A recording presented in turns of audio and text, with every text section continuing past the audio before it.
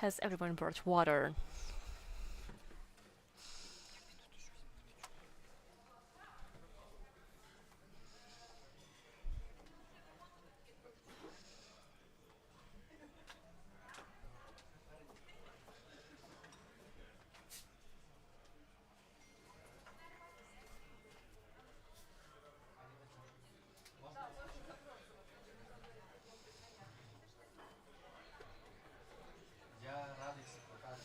Okay, I'm happy to welcome everyone.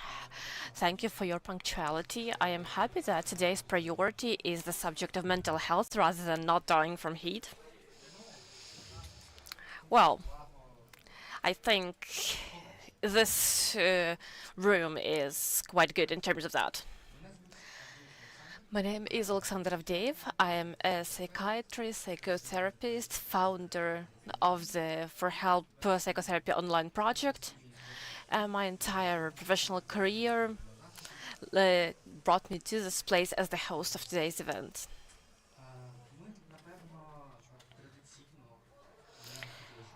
I guess traditionally, I want this to be a tradition. Let's thank the Defense Forces for being able to be here, for being here for their sake, so that we can work to integrate and take care of each other. Okay, I see the doors are gradually closing.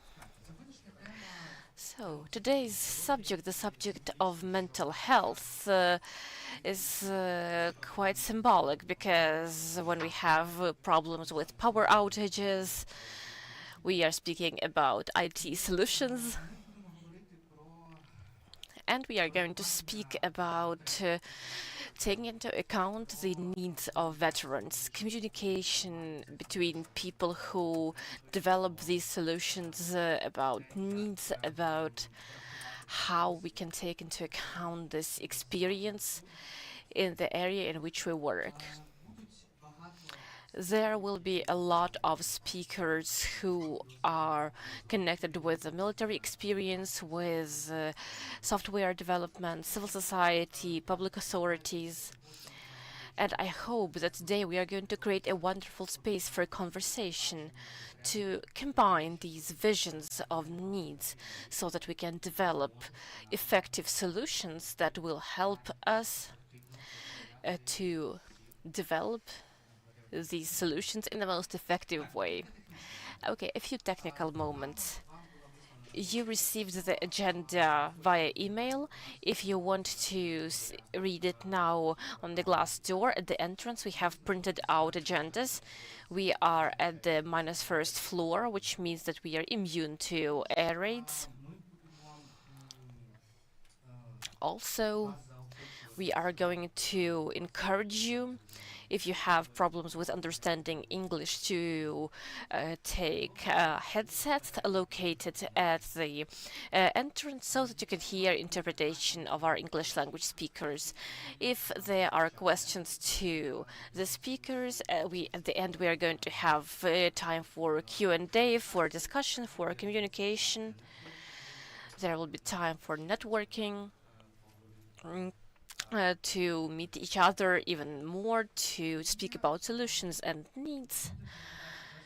And there is also a sign language interpreter.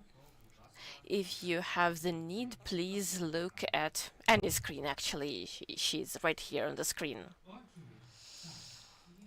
All right. And now I would like to invite the First Lady of Free Choice, Tatiana Rudenko. Please welcome. Thank you. Friends, I'm actually very happy to welcome you all. I'll be honest, we are all very nervous, the entire team is, but we are very happy that we were able to put together today's conference, which is dedicated to IT solutions in the sector of mental health, because we really believe it, as you understood. Taking into account, we are also going to speak about BASE, but Like Sasha said, none of this would be possible without our defense forces, and I would like to thank our defenders once again and commemorate those who are gone. Let's have a moment of silence.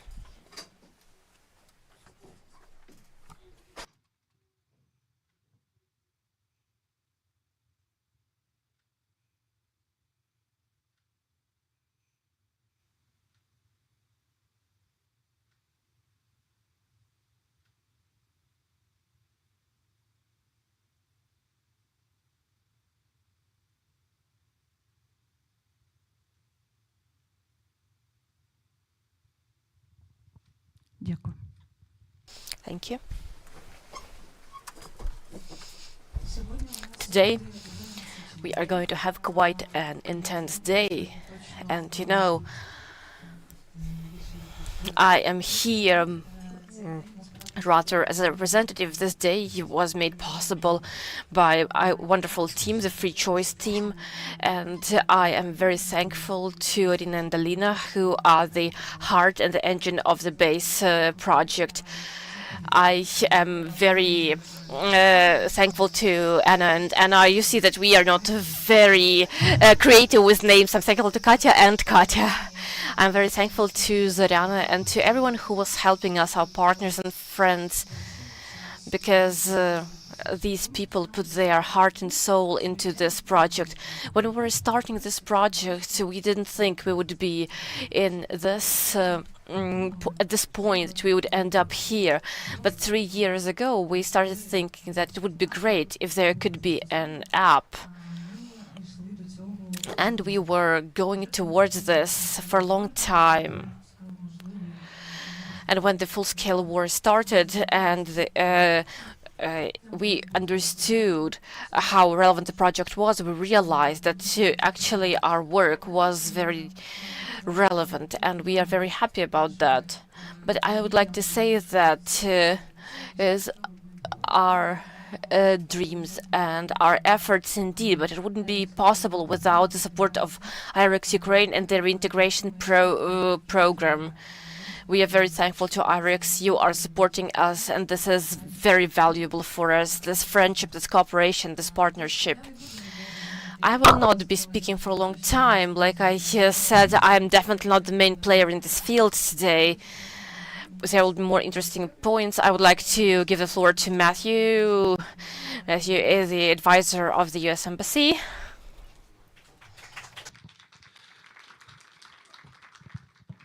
We'll see how my English is. Maybe I don't need to translating earphones, but I'm never sure if I can understand myself. But good morning and welcome to the conference. Welcome underground and out of the heat a little bit. I admit this is a little bit of an intimidating audience for me to speak to. When I hear the words IT, when I first arrived in Ukraine almost a year ago, I wasn't even sure if I could spell IT. But two things I've learned about the IT world in Ukraine since I've been here is that IT tools can be used to help provide support to mental health, and also that Ukrainians are some of the savviest IT innovators I've seen since I've been here. So that's one thing I definitely want to see. And I'm pleased to be here because I do believe that IT tools can provide an important and also cost-effective tool to address veterans' well-being. It's going to be an important component of helping all the men and women defenders Ukraine has as they reintegrate into society when they demobilize. I recently traveled back to the United States, and I went to go meet with our U.S. Department of Veterans Affairs, some of our psychiatrist specialists, to talk about mental health care for veterans because we do have experience in that area. We forecast that at a bare minimum, 14,000 Ukrainian veterans are going to require care for PTSD. That is using a baseline that we use for our own experiences in conflict, but we also recognize that that number is low because we know the type of warfare that the men and women who are bravely defending Ukraine at the front lines are going through is different than even we have experienced. So to provide treatment for PTSD and for other mental health care to all veterans who need it is going to require both those innovative solutions. One thing I do think is we need to make sure that veterans can easily access these tools. Part of an IT solution is making sure that information is out there, making sure that we can help veterans cut through the red tape that we so often hear veterans complain about, the bureaucratic hurdles. And I do believe IT solutions can provide that for veterans. I also believe that the U.S. has been able to, I also believe that they can provide some self-diagnosis tools. The sheer scale, frankly, of mental health care needs that Ukrainians are going to need is going to dwarf what they're able to supply with healthcare professionals and specialists. It's using these IT tools which are going to be able to allow the specialists to provide and focus on the care of the most severe cases while also still helping address some of the less severe cases by providing these tools. And I'm pleased that the United States, through IREX, has been able to support this. I know we've worked on a project called MARTA, where we were working on providing information to veterans, providing an emergency hotline, so if they do have a severe mental aid need, they could then have contact there, but also providing information about what type of mental health issues they're suffering from, what tools have been effective. Similarly, and also, I should definitely will be mentioning this, is the creation of the BAZA mobile app, which provides psychosocial support through a mobile app.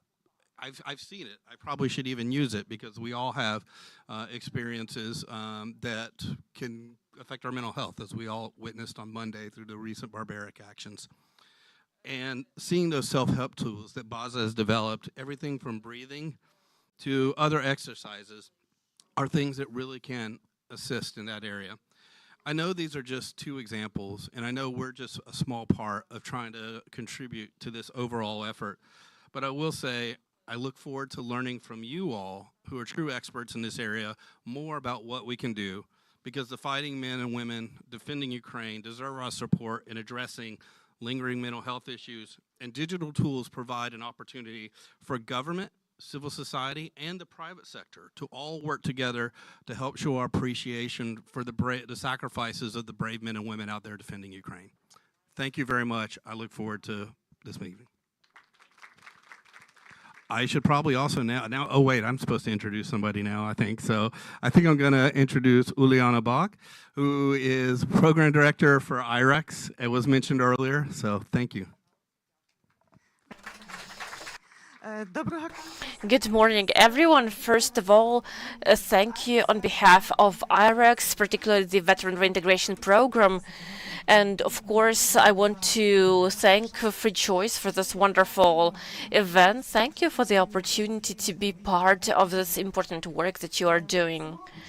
From the very start, when IREX was starting the Veteran Reintegration Program, which was in 2019, our purpose was to develop the area of digitization of services for veterans. And one of our accomplishments is the cooperation with the Ministry of Veteran Affairs to develop an electronic register.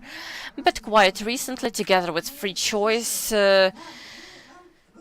we had the honor of supporting this wonderful BAZA app, and we are going to continue working on this further.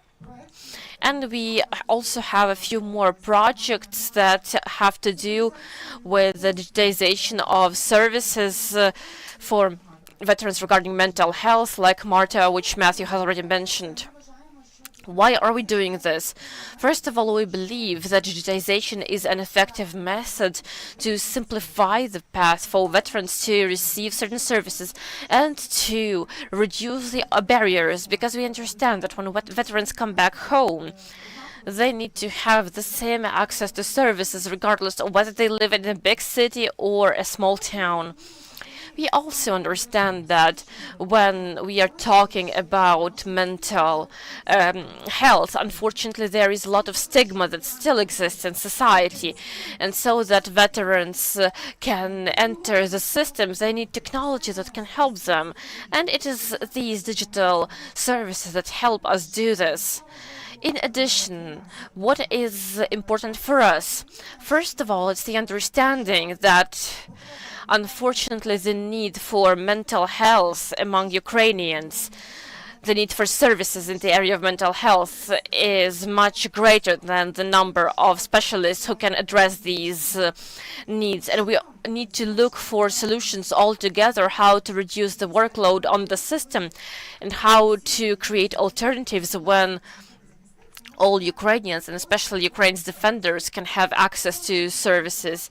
And this can include self-help skills, screening, and solutions that would help the specialists, since not all specialists who are currently available in Ukraine unfortunately have enough skills. I mean, some of them don't have enough skills to work with all the traumas that exist today.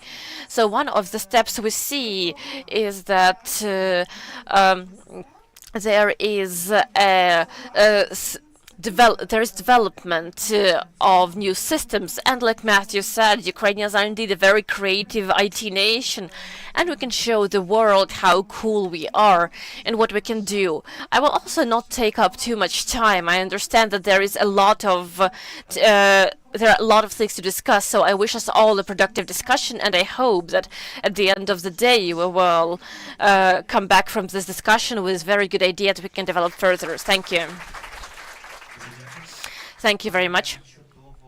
Uliana made a great point about the main issues and our main motivations, I guess, why we are here and why we are doing this. And we are going to move on to the first panel, which is going to be dedicated to the solutions that are available today, the prospects and problems that exist. The moderator of this panel, the moderator will be Olha Kucharchuk.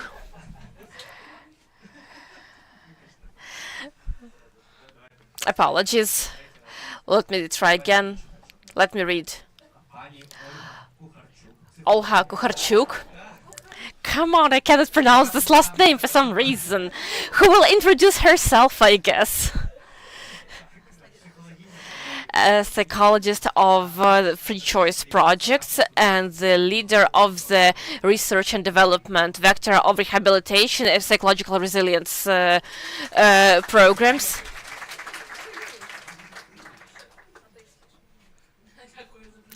Thank you for introducing me. It's okay, don't worry, it's a common thing. Thank you to Free Choice and the developers and to everyone who worked on the Baza project for the invitation, for the opportunity to open this panel. And I would like to invite our speakers today. Our speakers are Alina Vyatkina, project leader of Baza, head manager of Free Choice NGO. Also Alexander Smychnikov, managing partner of Thank God company, Svetlana Servinova, expert on the implementation of digital products at the Ministry of Veteran Affairs, and Roman Havrish, CEO and co-founder of the new technological platform Anima. I apologize, I will be looking at the phone rather than my memory. I think this is acceptable given our conditions. The practical implementation of an IT solution right here. And actually the aim of our panel is to discuss what we already have to set the tone for our conversation for today. And my first question will be quite general. What do we already have? What is your initiative or company doing? What do you know and you would like to have this in Ukraine? Or maybe this is a system or a product of your dream. Whatever exists today and what we can use now about your project and about the general context, I would like Alina to start. I know that Alina has a lot of experience.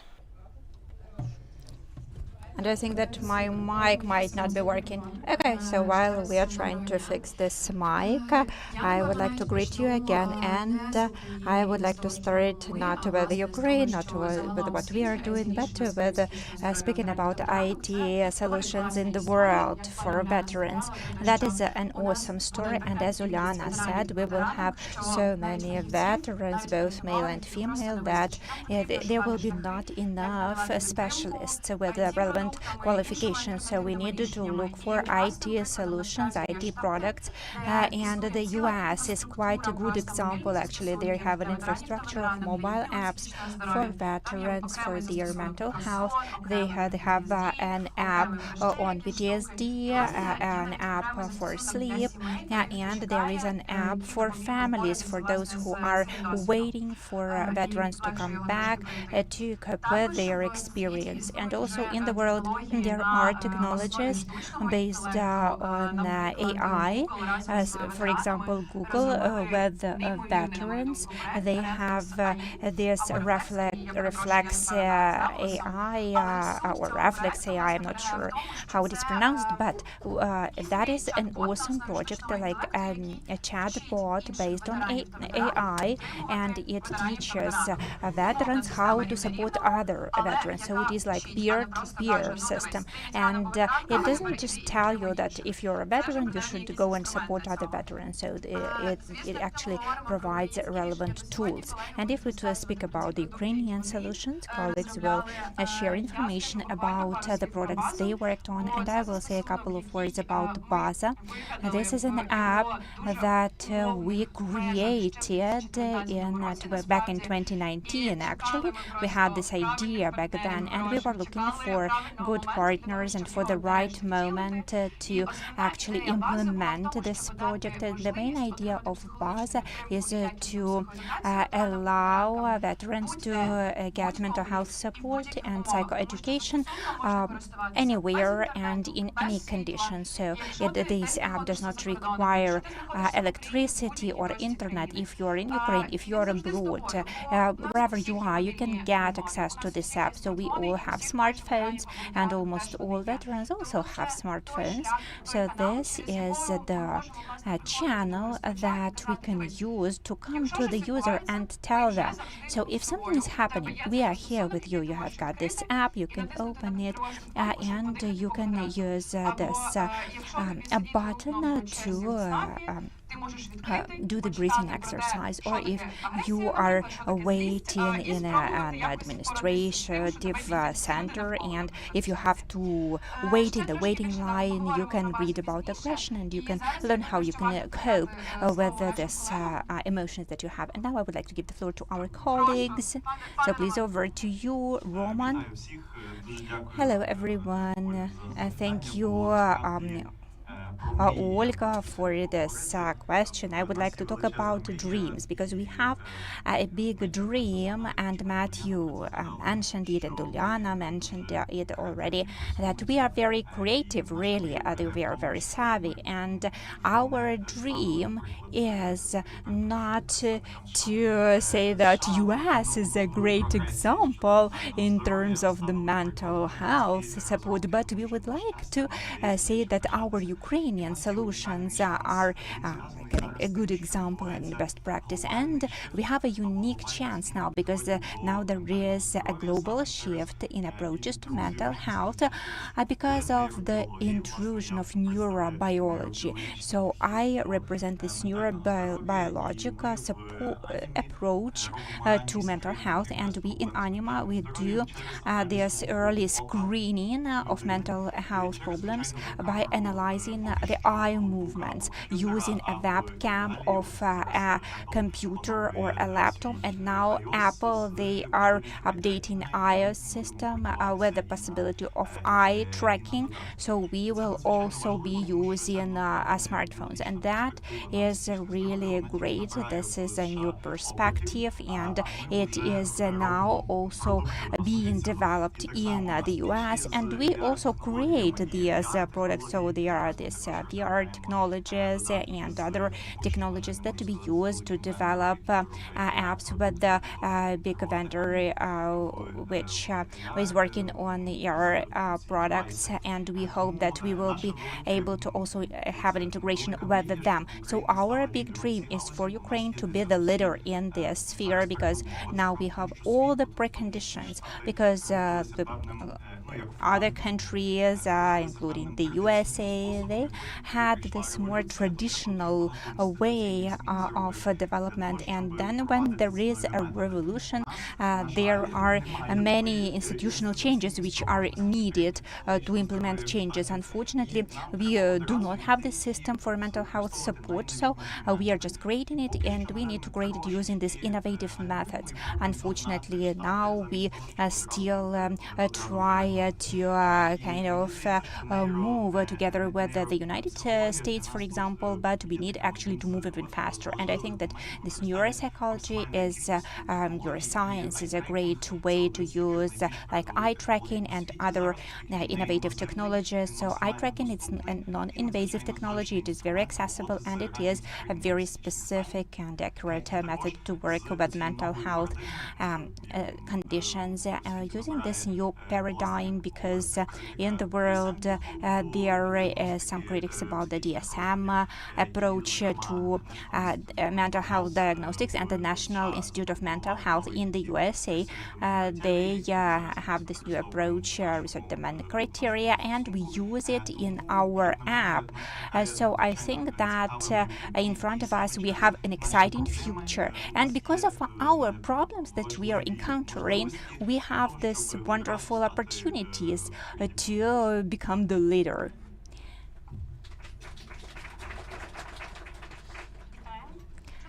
Good morning.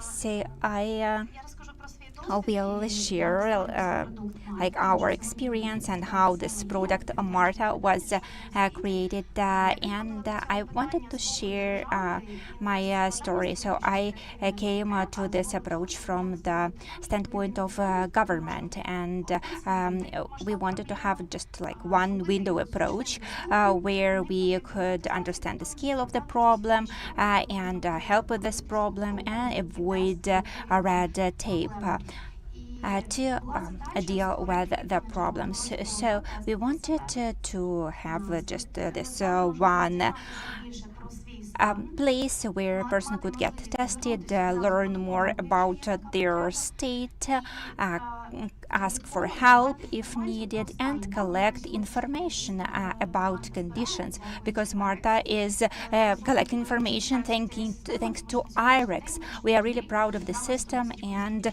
we have 100,000 users in less than a year. I think you haven't seen any like big reports like about the system, but it is working, and I would think that the psychology sometimes could be quite manipulative, because sometimes people come to the government and say that like all money should be used for mental health issues, but we need to differentiate here, because some people, they do not need mental health support, but other people, they do need mental health, but they do not seek mental health support.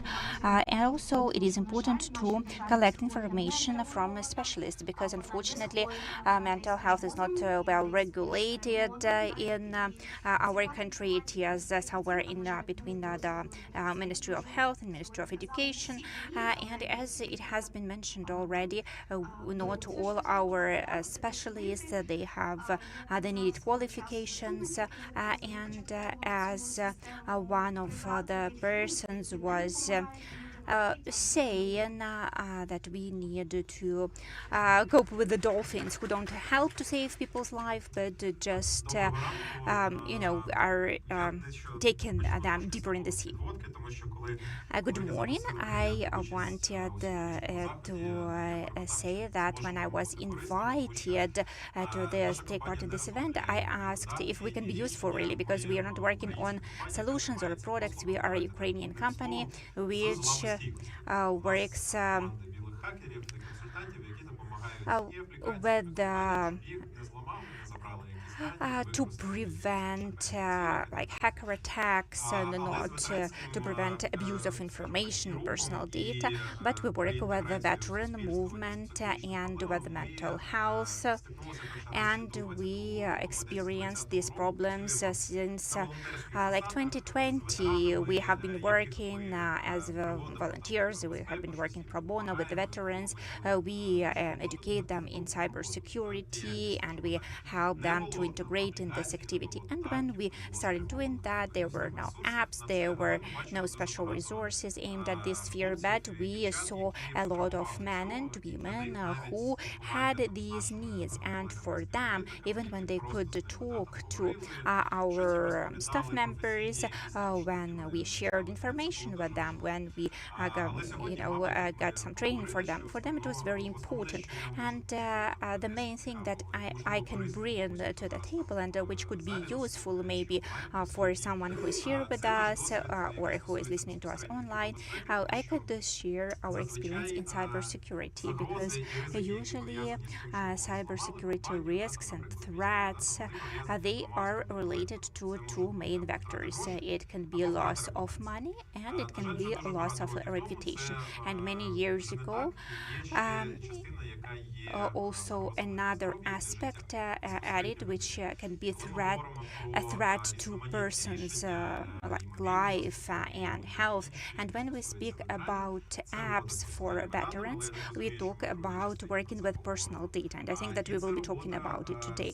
And also we talk about using some technologies in which can be used to also do bad things. So when we work do something for veterans during the ongoing war, that is very sensitive. And I respect, of course, what you do in the US, but you started working with the veterans after the wars and after the conflicts, but we still have all these things ongoing. So this has risks. And also the technologies that you colleagues use, it also, can include, for example, tracking, like tracking of locations. So there is information about where this veteran is at a certain point. And I was talking to Roman, and I was also asking him, like, how do you do this, like eye tracking? Because I'm sure that you are doing some wonderful thing, like this Anima project is great, but you can use some technologies that, if they are hacked, they can take some biometric information or other information that can be further used. So we need to take those things into account. So we are very open. We cooperate with different foundations from America and other countries, and we work with the Ministry for Veterans. But we see that there are no inquiries from like IT developers or other companies who work in this sphere to make those things safe and secure. So yes, we work with the Ministry of Veterans and we help them, but colleagues who work with this data, working on some solutions, so they are not always thinking about security. And I hope that after today's event, maybe you will change your vision a little bit and you will think about security as well. Thank you.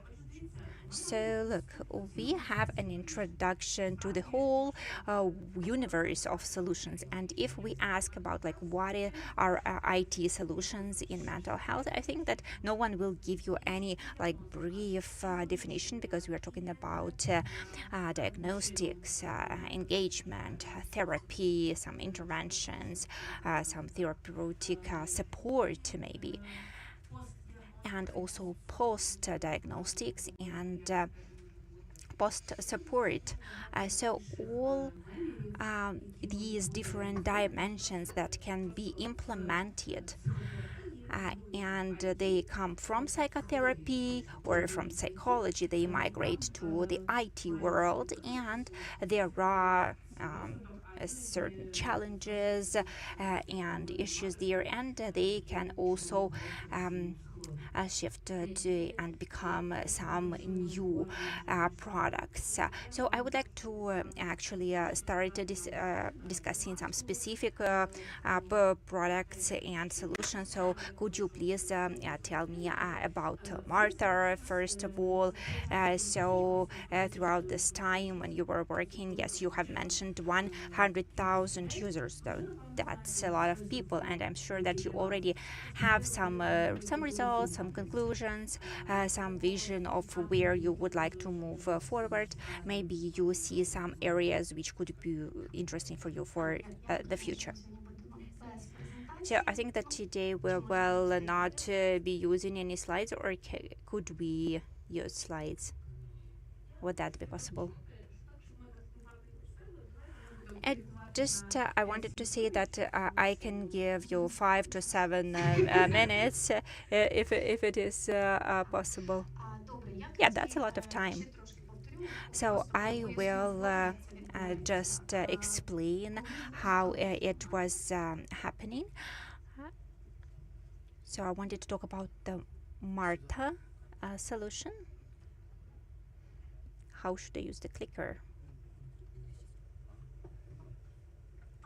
Like this? Nope. Yep.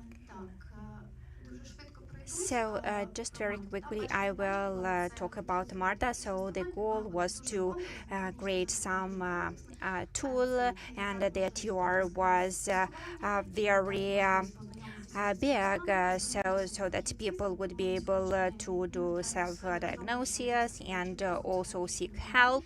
And the Ministry of Veterans, they have this list of people who can provide mental health support, because we would like to have a national mental health program, as you know, which would be really effective. Also, psychoeducation is an important component, so that people understand their state. Also, it is important to destigmatize these conditions. Currently, Marta is not collecting any data. So the data that we get, we can make some conclusions based on that. We are not able to say if people using the platform were veterans or were family members, but is it important considering that Marta we started developing it before the full-scale invasion, but we all suffer certain mental health conditions, and also we have veterans and we have people who are serving in the army right now, so we do not always differentiate between them. And there is this additional opportunity to contact the NGOs. So if people do not want to go to the government sphere, they are able to also work with the NGOs and some people who specialized in mental health support. So we work with BASA, and these are different tools, so Marta and the BASA. Marta actually provides a possibility of referral and refers people to the platforms providing mental health support. And I will wanted actually to go here now. So last year when we presented our product, the first point was to collect enough information to understand where we can move forward, because sometimes we can have some idea, but a year after you can understand that you are moving in the wrong direction. So we already have quite a lot of data. I'm not showing you the numbers because they are all relative. So there are these conditions and depressions like well-being. So as you can see, not many people say that they have a high level of well-being. Also, we can look how people kind of self-diagnose them, and there is this most popular test is on stress and anxiety, and there are very high levels of anxiety among the users. So when we started creating Marta, Marta, there was this problem of PTSD. So when we talk about veterans, everybody is thinking about PTSD. So PTSD is a condition, is a diagnosis. It is in the International Classification of Diseases. And if you have like anxiety, you do not always have you do not always need the treatment, but such apps as Baza they help you to understand what you can do about it. So when you tell the veteran that he needs to breathe, people do not always understand what you are talking about, and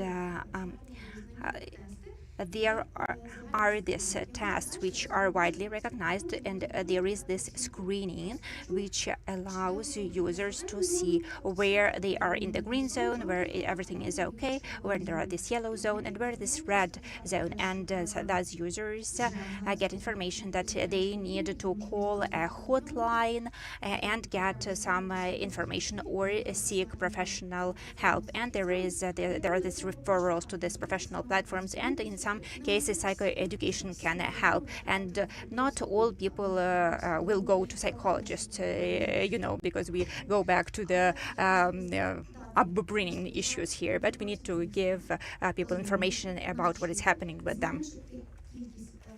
We can reduce the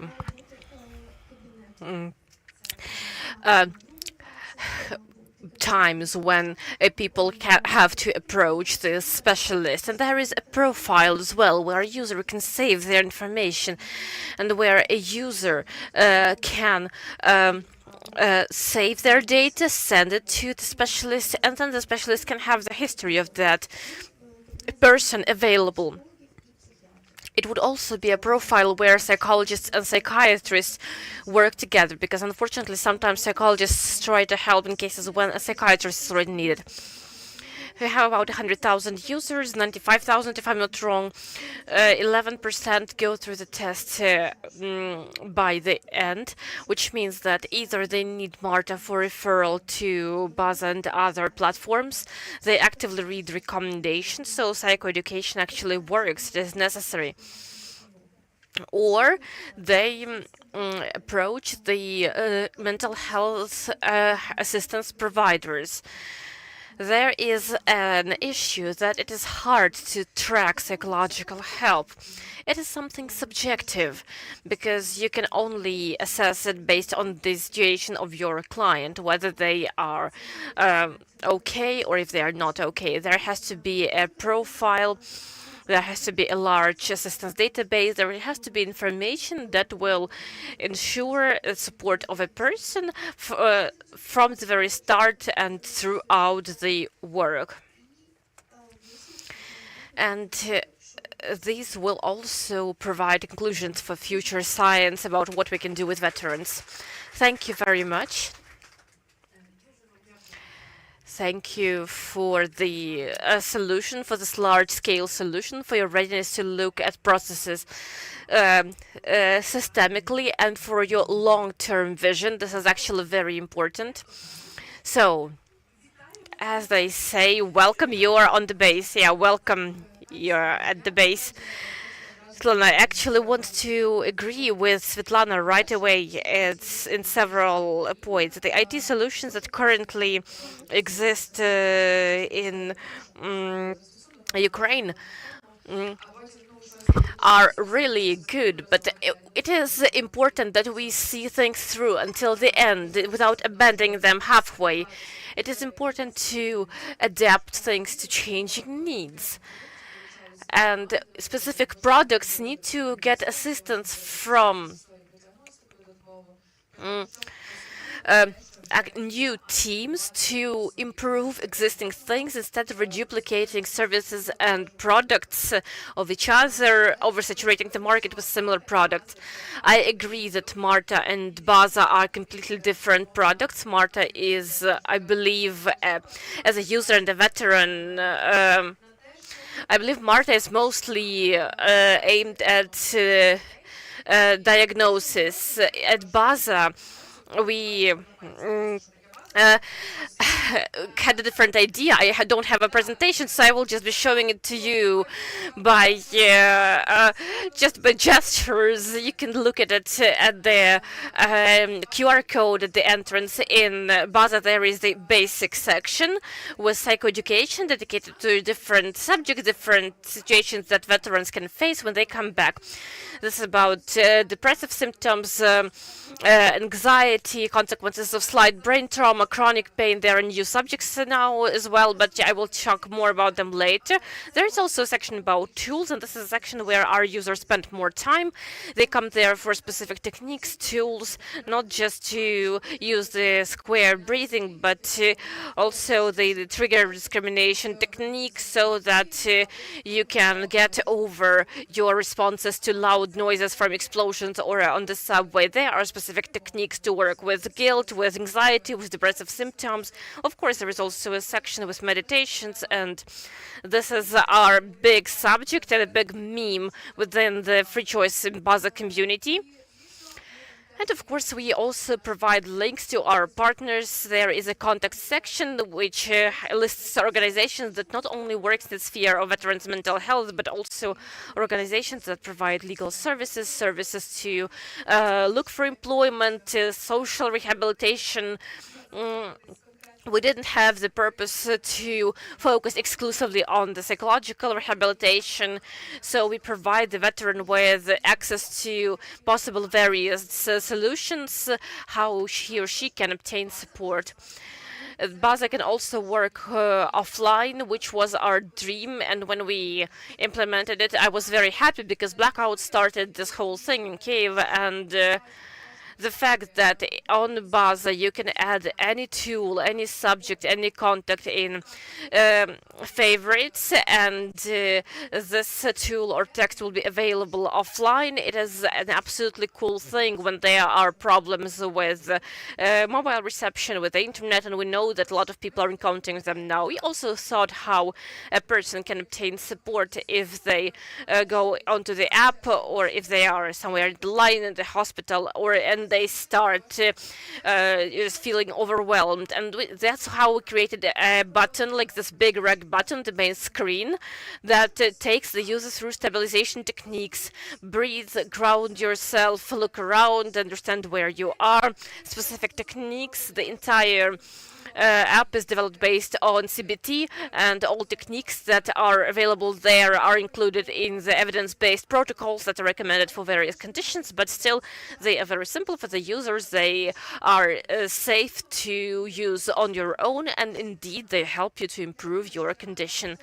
I think this is where I will wrap up about Baza, because we're going to come back to it later, and let's move on to our colleagues. Thank you, Lina. I will also say a few words. I still have to learn to speak briefly, but I want to say that Baza is about love, first of all, no matter what.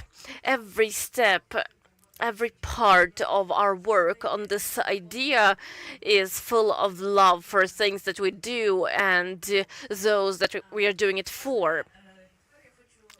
Now I actually want to ask Roman, because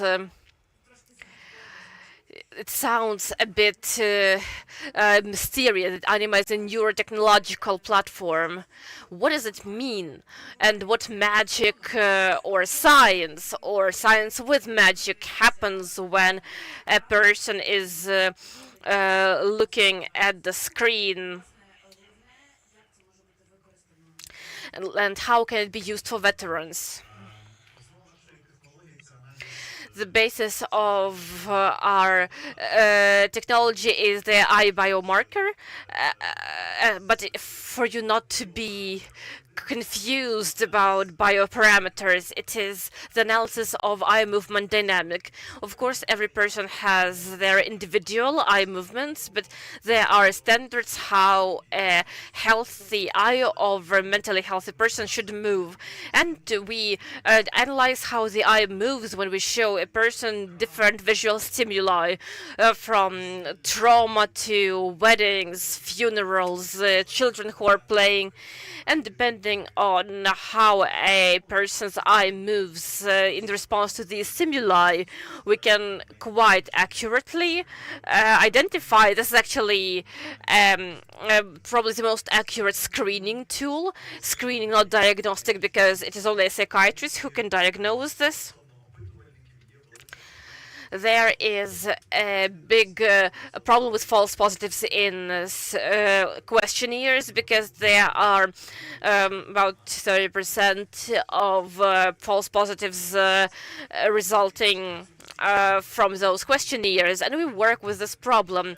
We accompany the questionnaires with biomarkers of the eye to get a more accurate picture of a person's mental condition, so a person can understand how they see themselves. But we also upload this data into a large language model, and we are helping a person understand these indicators, because now such tools, AI tools, show better results at psychological knowledge than psychologists and psychiatrists, so we can rely on AI as a tool. This is metacognitive adaptation, as we call it. This is just information work. It is not treatment, but it helps a person receive more profound information about themselves than they expected. This helps a person adapt better and understand what is happening. We currently have tests for anxiety and depression, as well as stress and burnout, but we have also done a big research now regarding acubar and it shows quite promising results. We are developing scientific articles about this, and we are about to publish them soon. This is probably one of the first cases in the world, because eye tracking is typical, but as for web eye tracking, it's probably the first case when it is used so accurately to diagnose acubarotrauma, and this is also quite important. It's our main mission to understand a person. We call ourselves the mental wellness tracker. We help a person track their condition, because our mental health is quite volatile. It can be changeable over a period of time. And we serve in order to identify possible problems at early stages and understand where they're coming from, what can be done with them, and what experts should be approached if you want to approach an expert, or how you can handle it by yourself using recommendations from our AI system. So today we are probably the first pioneers who work with web eye tracking, and we are very thankful to all our partners for their support, including SPCHIF for our possible future cooperation. Oh, look how you are smooth. I also really believe this, and I'm thankful for your response. And, I want to ask Alexander, like my question is, what do you think about all of this? That's a good question.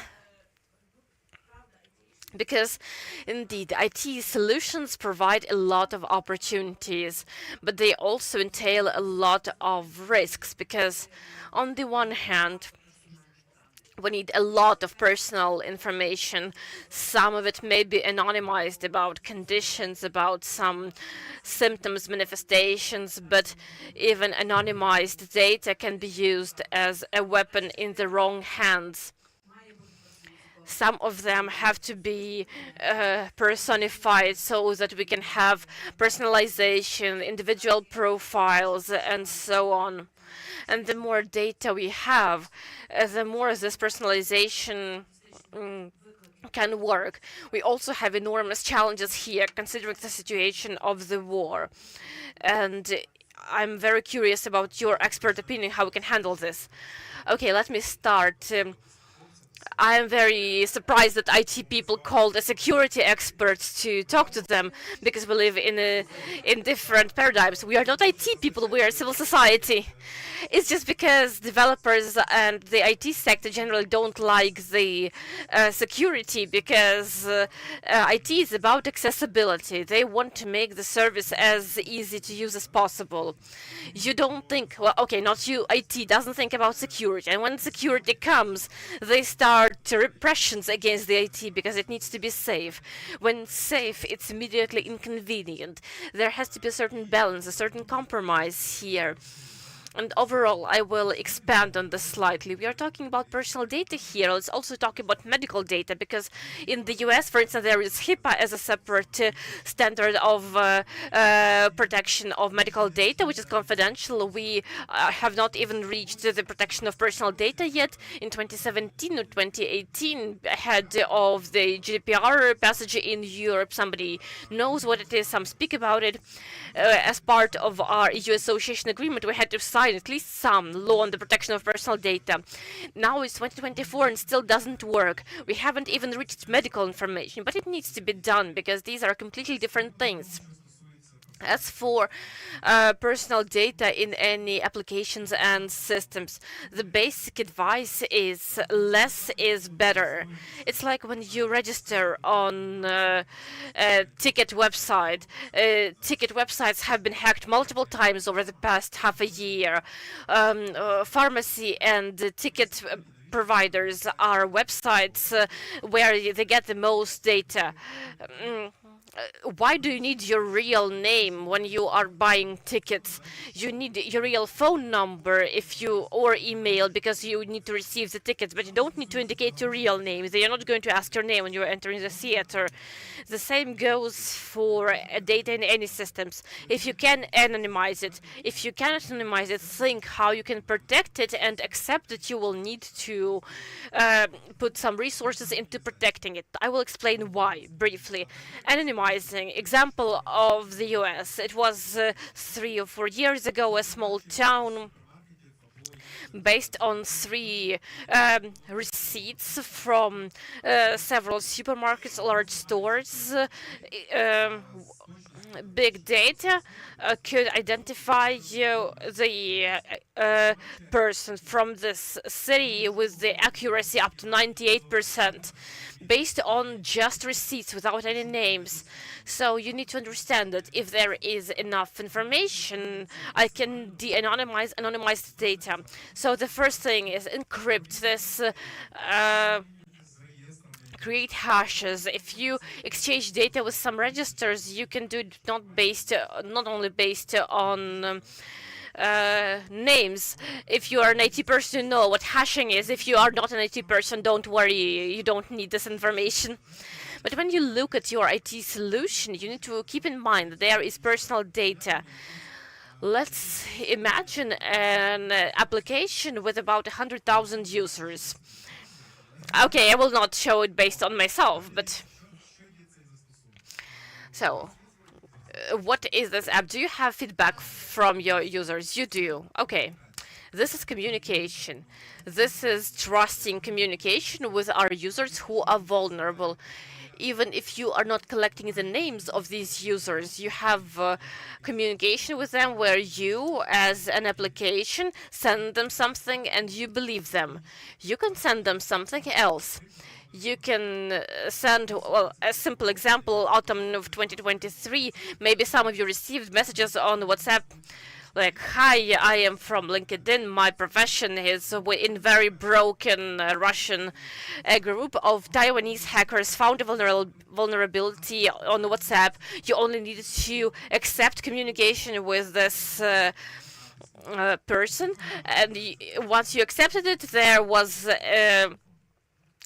a video call, and even if you didn't answer this video call, they gained access to your phone.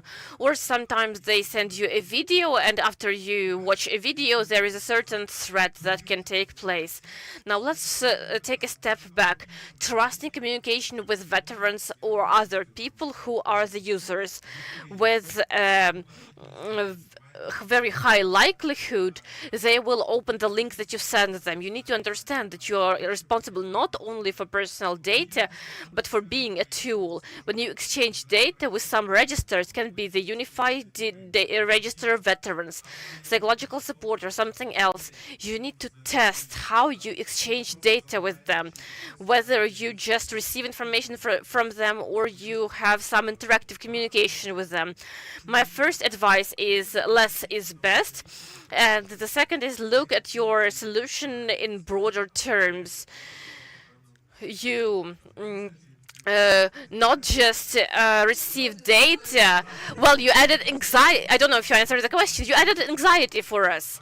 Yeah, but because you need to do this. It's important. While we didn't have the support before, now there is availability of this support. There are a lot of apps. There are a lot of volunteers and foundations that help to do this as part of certain initiatives. So just add it to your plan, please. Thank you.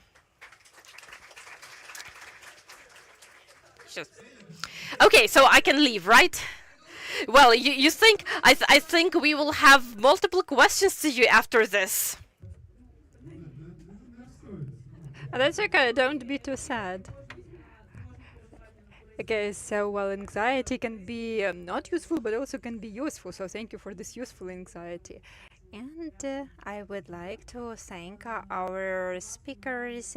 We have 5 minutes for questions. So if you have any questions, you can ask them. I see that over there we have a question.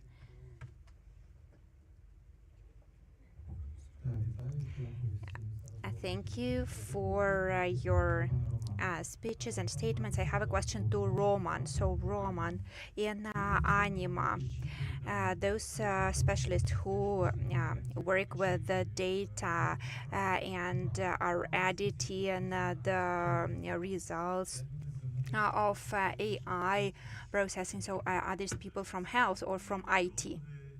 Those are neuroscientists and therapists, and we are not reading the data, not like that. So it's not that we track eye movements and then we give this data to some professional. We have a machine learning model based on neuroscience research studies which have been implemented in the past years. So we are not using like our own ideas, so not like that. So we have this model which is based on more than 3,000 publications on eye tracking approach. So this is what works in clinical settings, this eye trackers, and we used this method to integrate it with the webcam, and we have this model that forecasts the behavior of the eye, and camera quality is not good enough, so we use also this eye movement forecasting based on many global studies which were done mainly in the US and in the UK. So that's not up to some specialists and professionals to decide. We have this machine model, but of course we work with people as well. And verification of this data. So what is the error margin, like when data was not accurate? Well, yes, we do have some aspects when we work with the data. So first, there is a test that the person has to take. So depending on the light, depending on the movement of the head of the person, so the results can differ. So we explain people what they need to do and what kind of light should be during the test, and we consider this error margin when we give the results. But generally the accuracy is from 80 to 90%. So we are a screening tool, and we are not just a 100% diagnostic tool. And of course we we do not give the diagnosis. So we suggest screening, and if we see that every like 10th, for example, result can be not correct. So we suggest that people use the tool regularly for several days. And if you use, for example, this blood pressure measuring devices, they also have some error margin, so you know that you need to perform some tests, and because of there is some volatility, of course it is important to do the test regularly for a period of time, and then you will be able to get a picture which will be more accurate and which can be accessible for people. Thank you. And the last question to Alexander. Okay. We will be able to test this tool. I think that Anima and our people representing the platform such as Anima and others, they will be here. So can I ask another question, or should I give the mic to someone? Okay, well,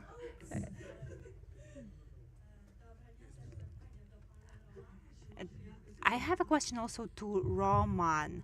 Is the user able to somehow influence the accuracy of the screening, like have a better light or something like that? Yes, of course, they would need to comply with all the conditions that we describe. So we use computer vision and cameras. They do not always understand like where your eye is, where your nose is. So there has to be a good light, and we ask people not to move, not to shake their device, and then the results will be most accurate. The test for depression has a bigger accuracy. The anxiety test is the results are a bit lower in terms of the accuracy, but still quite good. Any other questions? Okay, so we had this question to Alexander, so please, you can ask it now. Yeah, so my question is, now there are a lot of narratives about safety and security, cybersecurity, physical security, and this is all very relevant. And you said that not many companies come to you and ask for cooperation, for your help, but could you maybe tell what are 10 most important things in terms of cybersecurity for organizations? Okay, well, I will try to explain that there is no magic pill. The first thing is to understand that you need to take care of cybersecurity. Also, you need to understand that you need to invest resources in it, because you have some resources for developing some projects. Also, you need to spend resources to ensure security. And there are no universal approaches, because a normal approach for any company, for any organizations, would be to sit down and understand your internal risks, and then you need to build your security system based on the risks that you have. Like, for example, as Svetlana said, if you do not have a feedback mechanism from the user, okay, so you don't need to take care of it. If you do have it as in BASA, then you need to take it into consideration. You need to understand that. So first thing is to understand that it is necessary. Second, understand that you need to spend money on it. Third thing is to understand that it is not always convenient. But cybersecurity is still important, and like generally also you need to update like your apps, your laptops, etc. All these updates is when it allows developers to close some gaps that they are aware of. 95% of hacker attacks they use the well-known gaps. So when you don't update some app, then the hackers can find this gap and use them.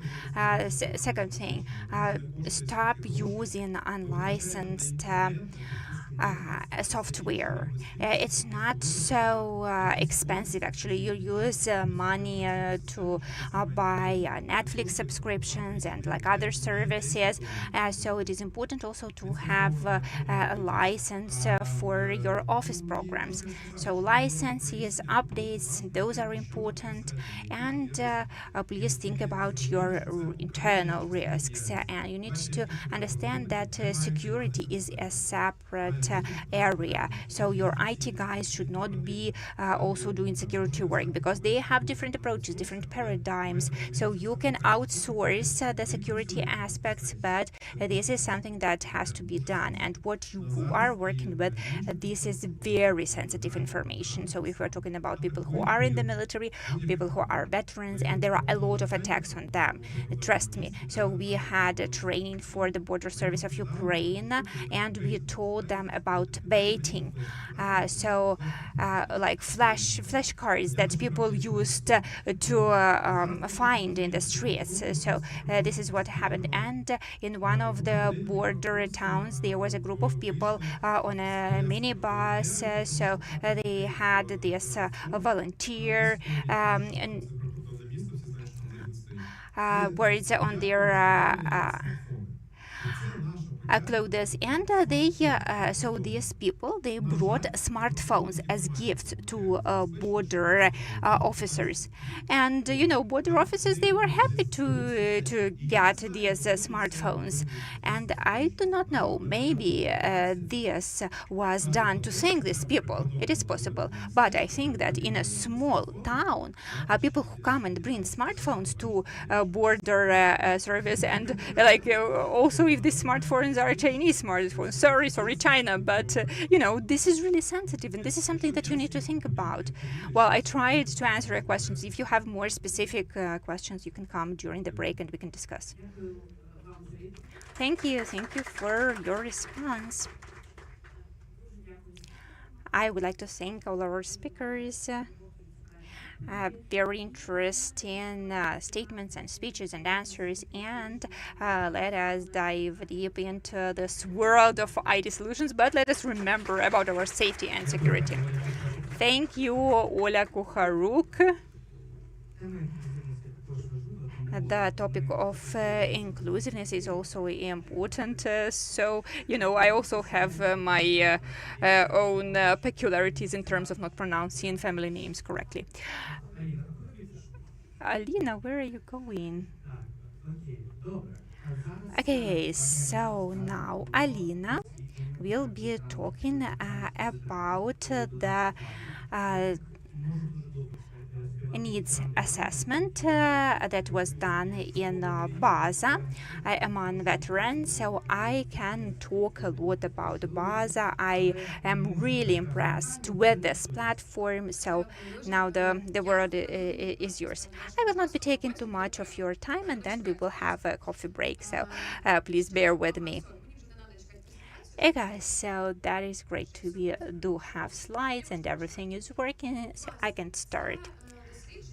So this was a small study that we did to understand what are the obstacles that veterans experience in using IT products and in using them efficiently and productively. So we used the Baza app, and also we were asking not just about Baza and not just about apps, but we tried to see the general picture to understand what are the needs of veterans in terms of IT products. So the first thing that we encountered is stigma. So we speak a lot about it. We say that it's okay to seek mental health support, but still among people there is the stigma, and if I seek mental health support, it means that I'm a loser, something is wrong with me. But at the same time, we see a big shift in terms of attitude to mental health among our people, because if we compare it to the situation in 2016, 2017, when veterans were saying that, and I was saying the same as a veteran, that we were saying that only a psychologist who is a veteran themselves can understand me. But when we did this study last year, we saw that veterans are saying that professionals, they need to have a good education, they need to have experience in working with the topic of the war. Then I can trust this person. What else have we seen when we talk to our veterans?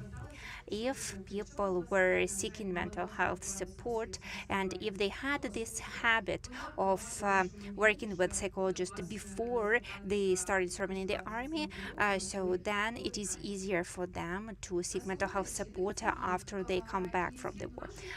Another factor is age, and usually 38 years, that's the average age of our users, and our respondents were saying that people 45 plus years of age, feels their interest in the topics of mental health, and mostly our respondents said that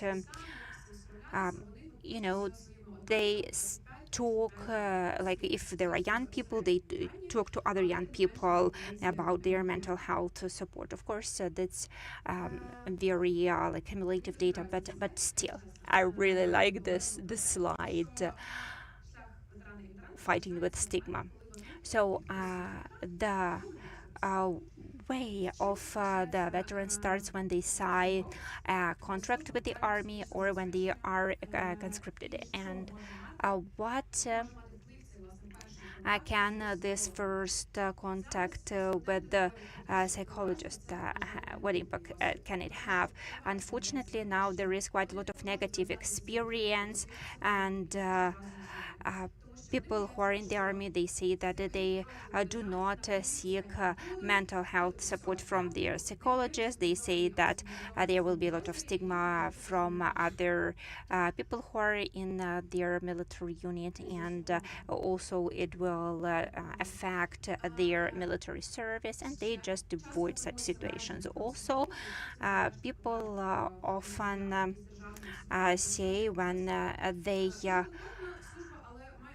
talk to psychologists from the government and state run services, and or the psychologists who work in the military.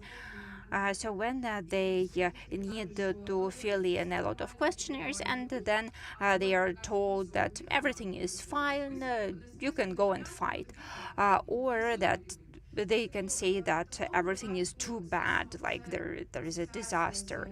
So of course, they this experience is negative when there are too many papers, too many questionnaires, and not a lot of human contact. Of course, it affects further decision making of veterans when they think to seek or not to seek mental health support, to use or not to use some mental health products, because if they just hear the word psycho something, they feel this stigma. And we need to talk about trust. So how veterans make decisions like to use or not to use some IT product. Our respondents mentioned that like other people who are in the military, friends and family, those are the ones who influence their decisions. Also, social media is a factor, because social media for our respondents are other veterans whom they see in social media and who give some recommendations of some IT products. Also, of course, there are these military channels that people follow. So what we see is that when peers recommend some IT products, then other veterans are more happy to use them. And also often our users, veterans, they choose products which help them to reduce the level of anxiety very quickly. And these are usually products which provoke the increase of dopamine level, and often those are some games, some computer games, or the Instagram feed and online casinos. So those are the ways for people to feel better right away, but it has negative long-term consequences, and we need to discuss what to do about it. So what can be done here when we talk about trust? When we develop any product for a veteran, we need to talk to the veterans and ask them, what do you need to what do you need? How would you like it to look? And if it is a product for civilians, we can ask, like, how would you like this app to be adjusted to your needs? And in any product, there should be a component of psychoeducation. If there is no campaign explaining that taking care about mental health support is fine with the new ambassadors who are veterans, then it is problematic. And we saw that when our ambassadors who are also veterans, when they posted in social media that they did these breathing exercises, etc., they gave these recommendations, and we saw that our audience, the number of users was increasing. Also, it's important to have good functionality. Of course, that is self-evident.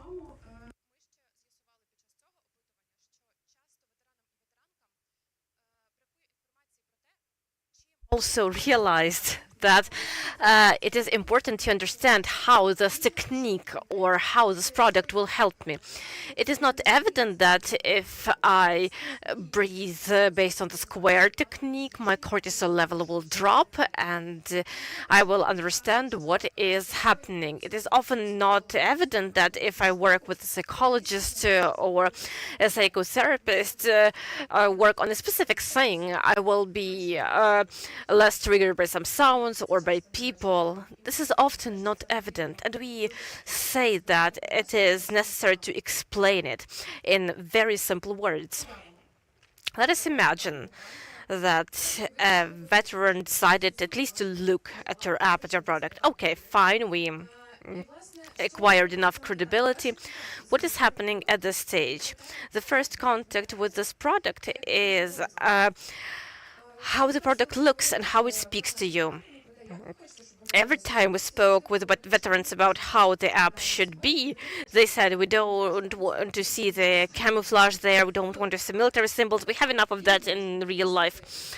We want minimalism, simplicity, very understandable design that will not have an enormous number of bright colors.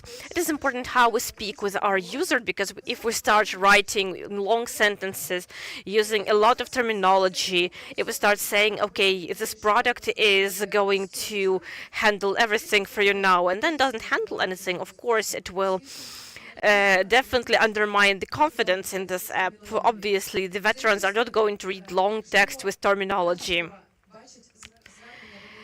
But if our target audience sees our sweethearts, our heroes, poor people, this is immediately very far off. They will immediately close the app.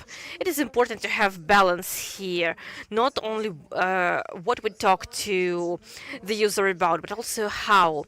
And there should be a balance. How we talk to people and what we talk to them about.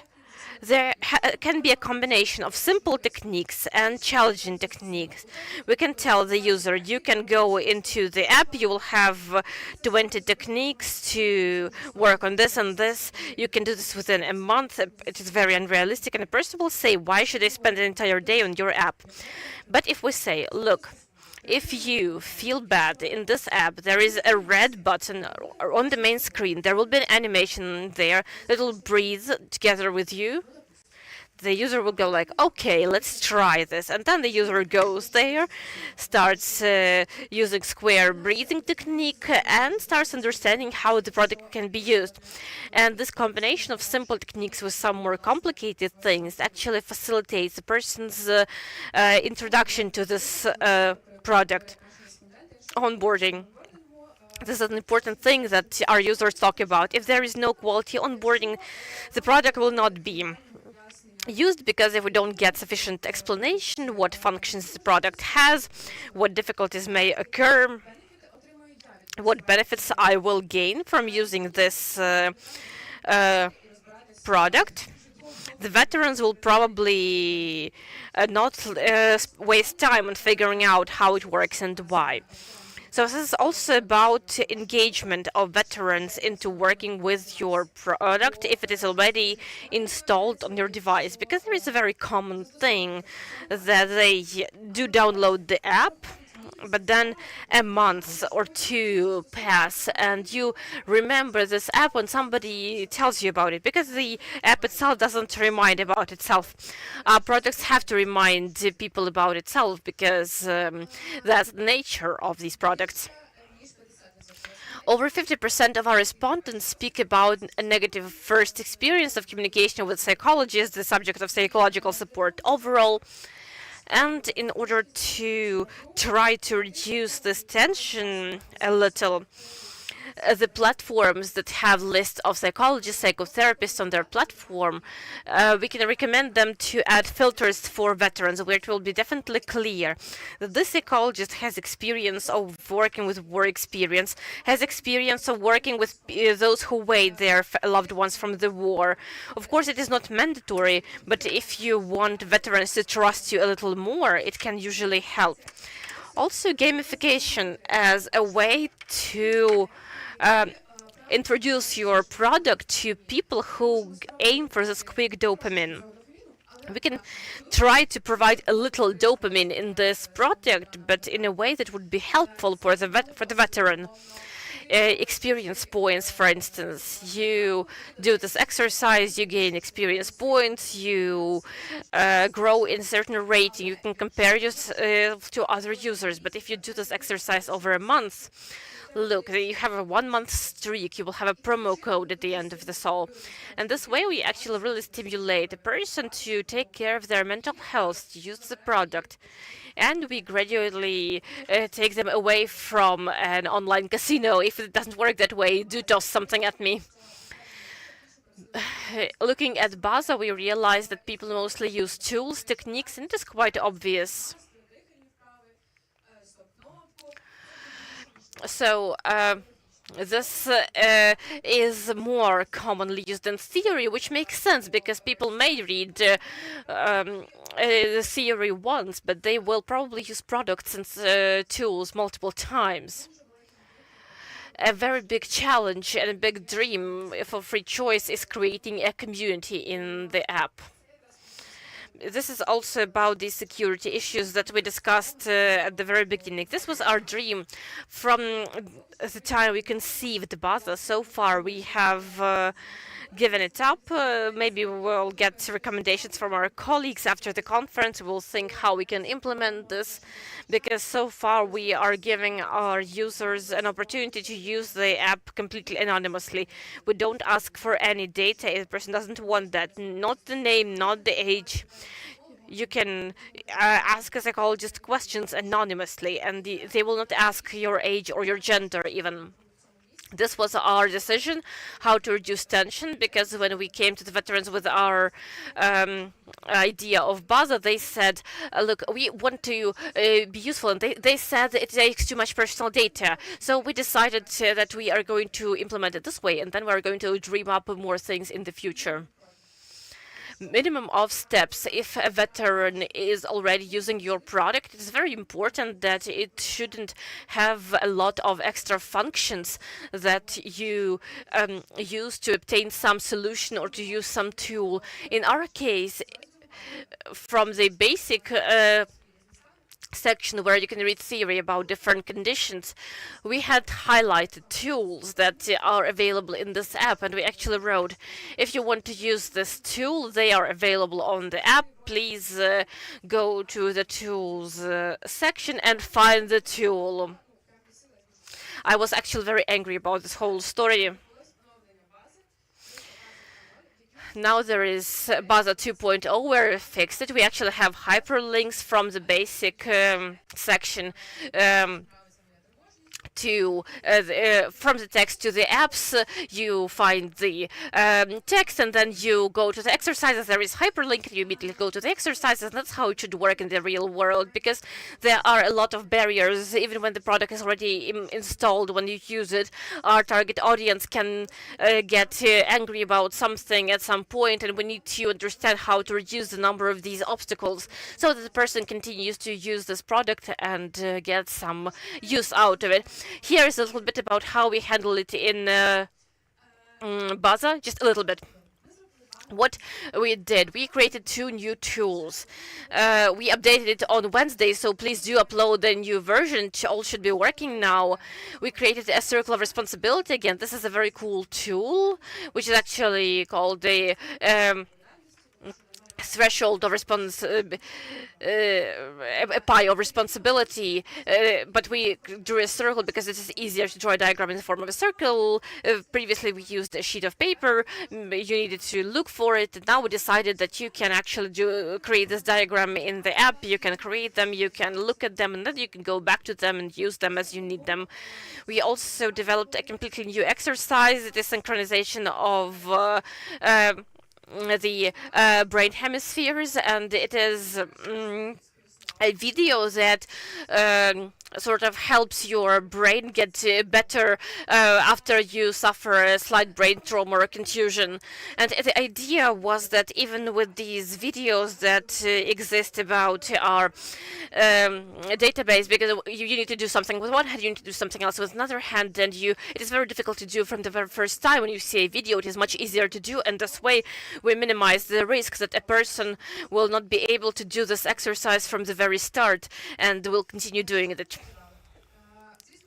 What else did we add? Of course, we updated the contact section because over a year we had new partners, new organizations that started working in the sector, started showing cool results, or we started partnerships with new organizations, and we have 3 new subjects that we added, 3 new big articles about relationships during the war, where we speak how relationships can change from both sides, for those who are waiting, for those who are at war, and we also provide advice to both sides because it's important. And we see that it is not veterans who use our app, but also a lot of their family members and loved ones who wait for them. Chronic fatigue as something that is very hard not to encounter. The full name is chronic and traumatic fatigue, but we shortened it. It is very difficult to avoid it when we have the 10th year of the war, the 3rd year of the full-scale war. You understand this.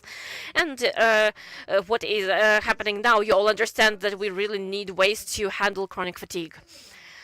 And grief as something that a lot of us already faced, I guess, how to handle loss, how to understand that grief is already complicated and you need the help of a professional, and how to handle it by yourself.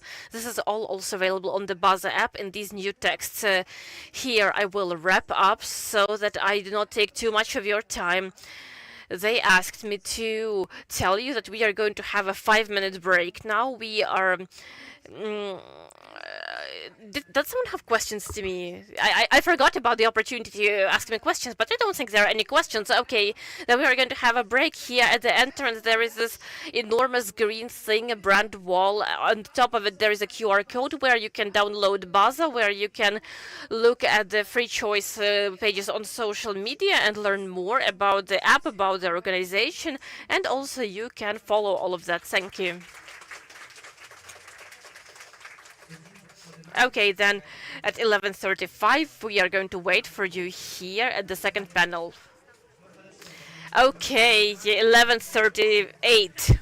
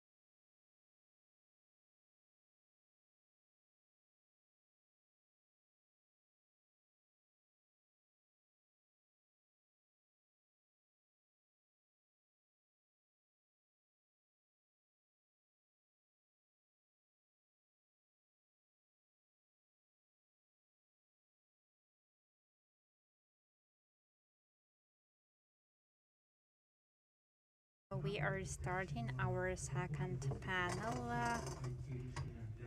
So it will be about considering the experience of users, user experience in IT solutions for mental health, about accessibility and inclusivity, and to our moderators, Tatiana Sirenka from Resource Center Lisova Polyana.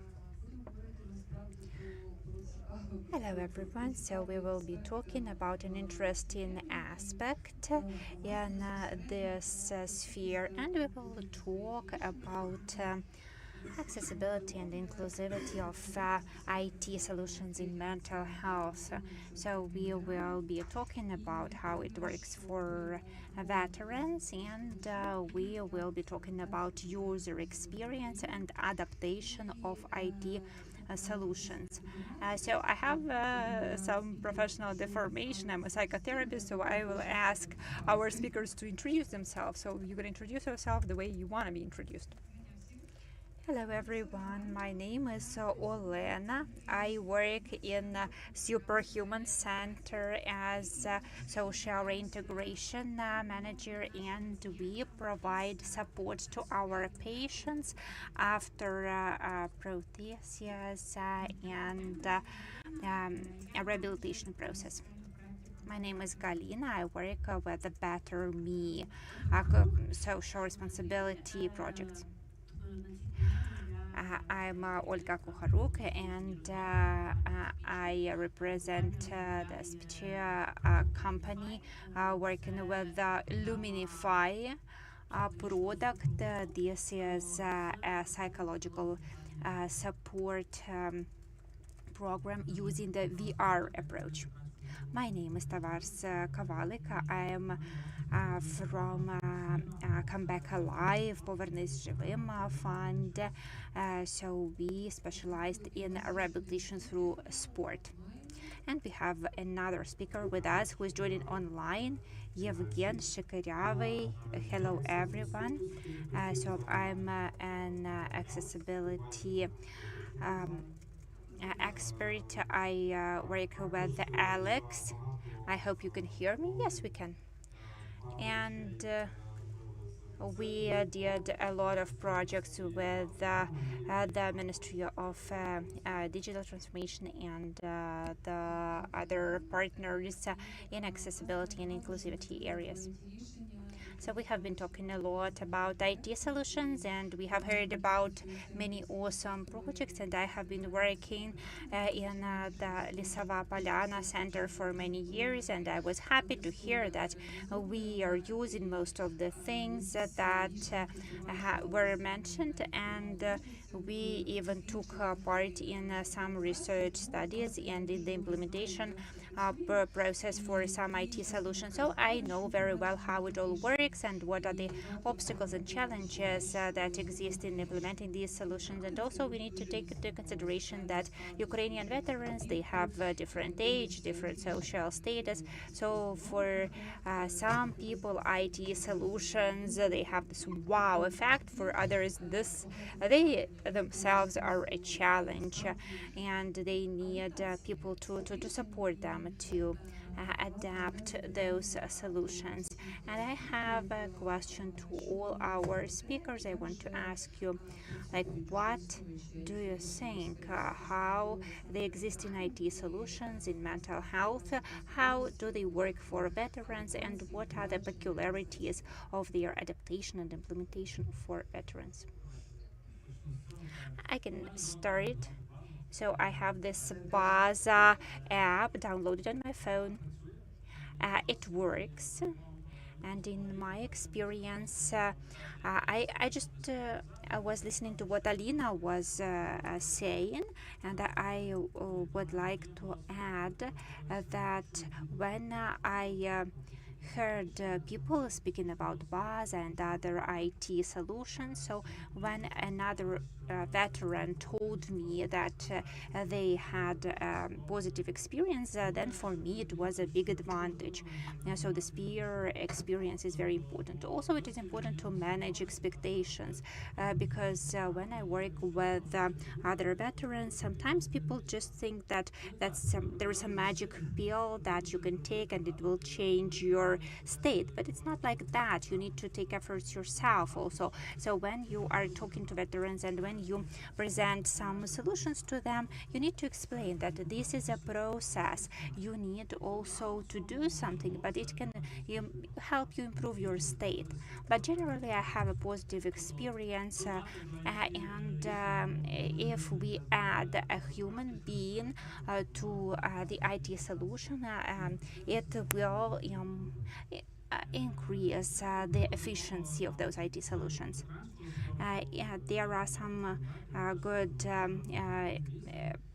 practices in veteran sport. There is the Strain Vet app, and I heard different feedback about it, but this is also a step for people who are veterans to find a trainer or to start doing sports. But I think that sports is very good for mental health. We need to be talking about it, that it is a component, and not just sports but even physical movement. It improves your state when you don't just sit in your room but you go outside and start moving.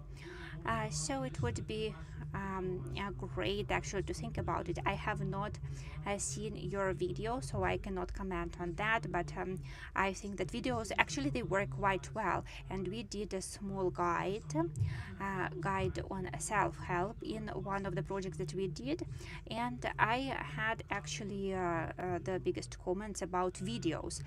So people used QR codes and they could comment and provide some feedback, so I could understand that these interactive approaches, they are very good. So this is good when the user can see another person doing some exercise. So in our sphere, the challenge that we see is that we want to start to collect data and anonymizing data, of course, but we do have a specialist who can do some studies and analysis, but we want to have an IT tool to track data, collect data, and to see the trends and the needs of our clients, like what can we do better. And just for the context, I want to say that we are co-organizers of international competitions in Victus Games, and people who come to us year after year, many of them are the same, and we have a selection of people to participate in these competitions, and we see how people change. What we need to do to allow people to be proactive and to start their post-traumatic growth and development. So this is what we want to have for our community, so that people can recover sooner. So we do recommend this app, Baza, and we try to do psychoeducation. Thank you, Taras. I represent the company which before the war and also now we mostly do not work with veterans. We work with more with the businesses, but I have to say that there are a lot of veterans today, and there will be a lot of veterans in the future. So all businesses need to think how to integrate veterans, how to adapt their products to veterans. They need to think about how they can engage veterans to be part of their audience. So I will be talking about how we do it in our company. And from my own experience, I can say that among our patients, there are few veterans who know about the BAZA app. So I have to repeat about it. So to even talk about those services which are available, we need to tell veterans what services are available and accessible to them now. And also the thing is that veterans, they do not have any previous experience of using online services.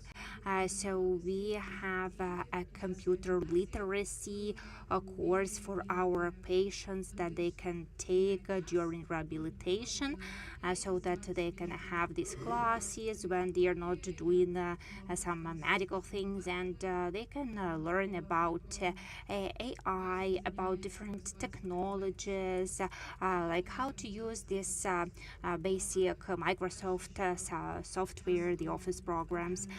So that is what I wanted to say, that veterans often do not know about the accessible resources, and also they do not have this experience, so they are not looking for any opportunities and IT solutions. Well, yes, so many veterans don't know about such solutions, but also they don't trust them. This is what Taras said.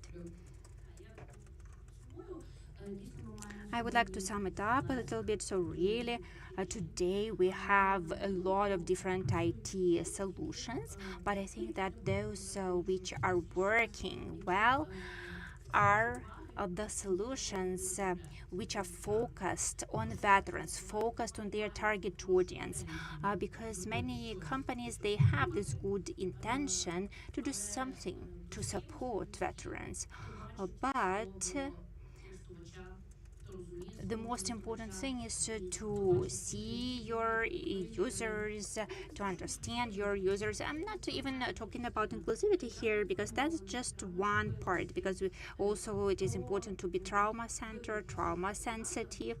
And when you look at different apps, you can see which are more sensitive, which are focused on the experience of trauma more. And when these apps are trauma sensitive, they are recommended by veterans to their peers. I have another question to you. So, what about Aspici? How do you implement this accessibility? So, how does your product find your user?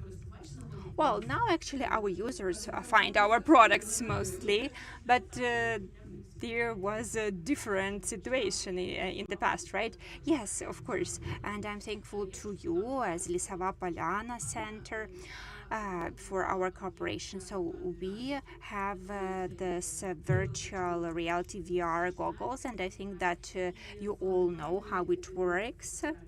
So in this VR technologies, you can add any content, realistic content or content that we produced ourselves. So we have this product called Illuminify, and there is content for the military, for veterans, and for people traumatized by the war. The first thing that we did, we decided not to use VR for exposure.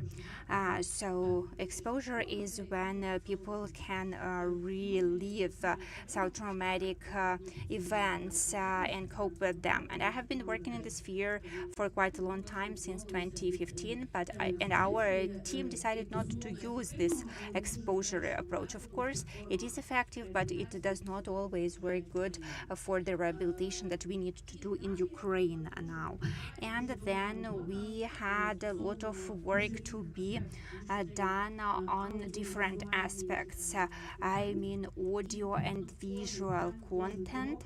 So every step has to be well thought of. So, like, what would be comfortable for a person who who was in the army, a person who was in the captivity, and we need to be trauma-oriented and trauma-sensitive.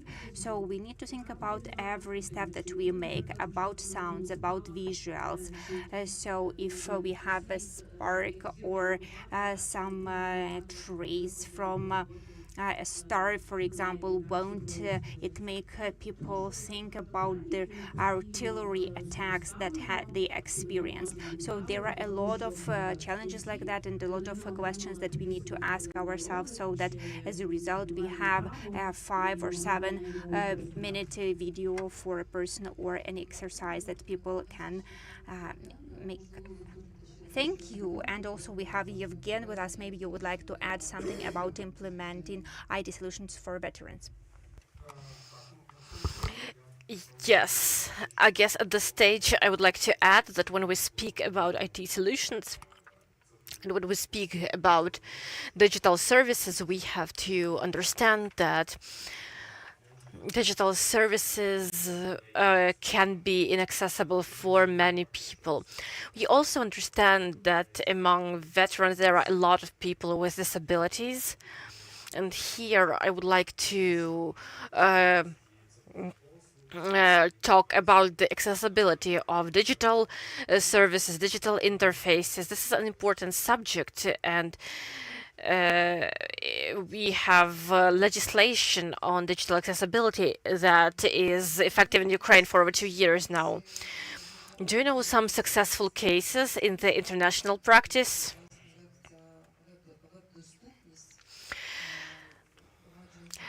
Maybe you know experience of how this accessibility is implemented in other countries.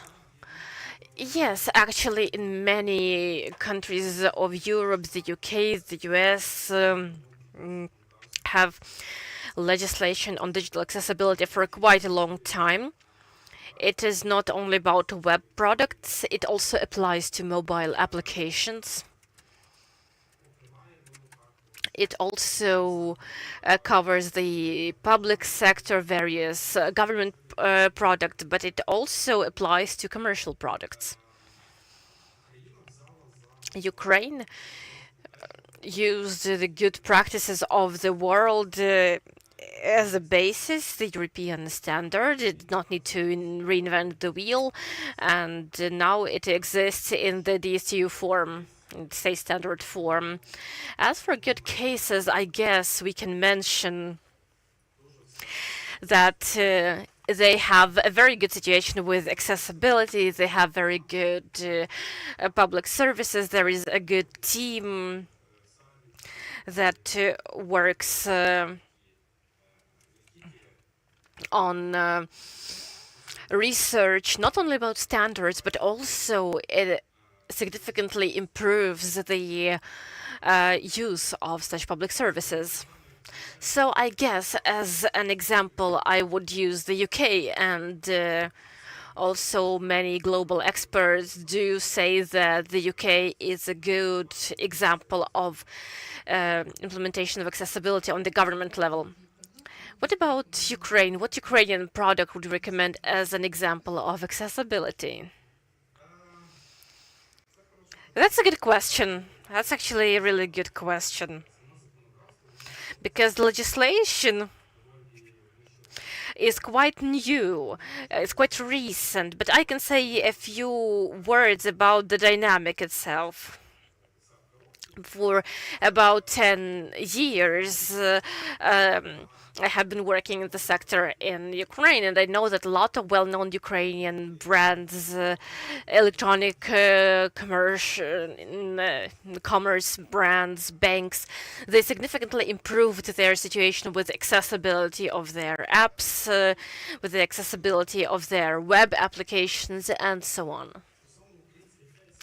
As for Ukrainian cases, it's hard to single out one specific case, but I can share a good fact without brand names, I guess. When Ukrainian products try to reach European markets, American markets, and so on, where the legislation on digital accessibility is already in operation, they organically, I would say, improve the situation with accessibility of apps. If they work only on the Ukrainian market, the situation isn't quite as optimistic. I guess I will not mention very specific cases. I know only about one case with the report on the website accessibility monitoring when it comes to public websites. Lviv Military Oblast Administration showed quite good results, but I know they had a separate team working specifically on the accessibility of this portal.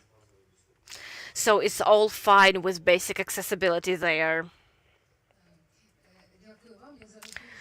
Thank you very much. I'm very sorry that you are online or on site because I have like 10 questions to you now. But unfortunately, we have to move forward with the panel discussion. Thank you very much. And I would like to ask colleagues from Superhumans. I know a lot of your patients. I know a lot of your colleagues who are already working with you today. They are all very interesting of various ages. They have a lot of interest. They are quite advanced. They are indeed superhumans. Tell us, please, what IT solutions you are implementing in Superhumans today. Maybe there are prospects that you are already planning. Currently, we are still developing an app for our patients. This will be as part of the aftercare program. We aim to maintain contact with all of our patients even after they complete their treatment. So when they are no longer a patient, when they are graduates, so to speak, it is important to remember that each of our patients remains our patient throughout their life. Because a prosthetic is a tool that also needs maintenance throughout its service life. A lot of patients sometimes need adjustments of various details. Now our goal is to develop an app which will provide rapid contact with each of our patients, which will simplify it as much as possible so that when our patient has additional questions, when they have difficulties, our patients come from the entire country. They don't always have the opportunity to come see us rapidly. And very often their questions are very possible to respond to over the phone. But if we focus on phone exclusively, you understand the workload that our experts would face considering the rate of our growth. So the best solution here would be to develop an app which would be able to respond rapidly to every request of our patients. Also, this app aims at providing psychological and social support. Why am I bringing this up as two notions at the same time? Because in practice, we see that they are interconnected. Very often, the Department of Psychological Rehabilitation is the department we work with the most closely, especially when patients frequently have anxiety because there are problems with documents, or a patient doesn't have where to go back after demobilization, after rehabilitation, and these are all interconnected things. So it is important to note that our center actually aims at providing comprehensive help, so our patients can obtain all services in the same place. And the app would be a logical continuation of this path, so that a patient, even when they are from, say, Khmelnytsky, and they have a hard time reaching us, they have a question or they need a consult, and they can go to this app and quickly contact the necessary expert and receive the response.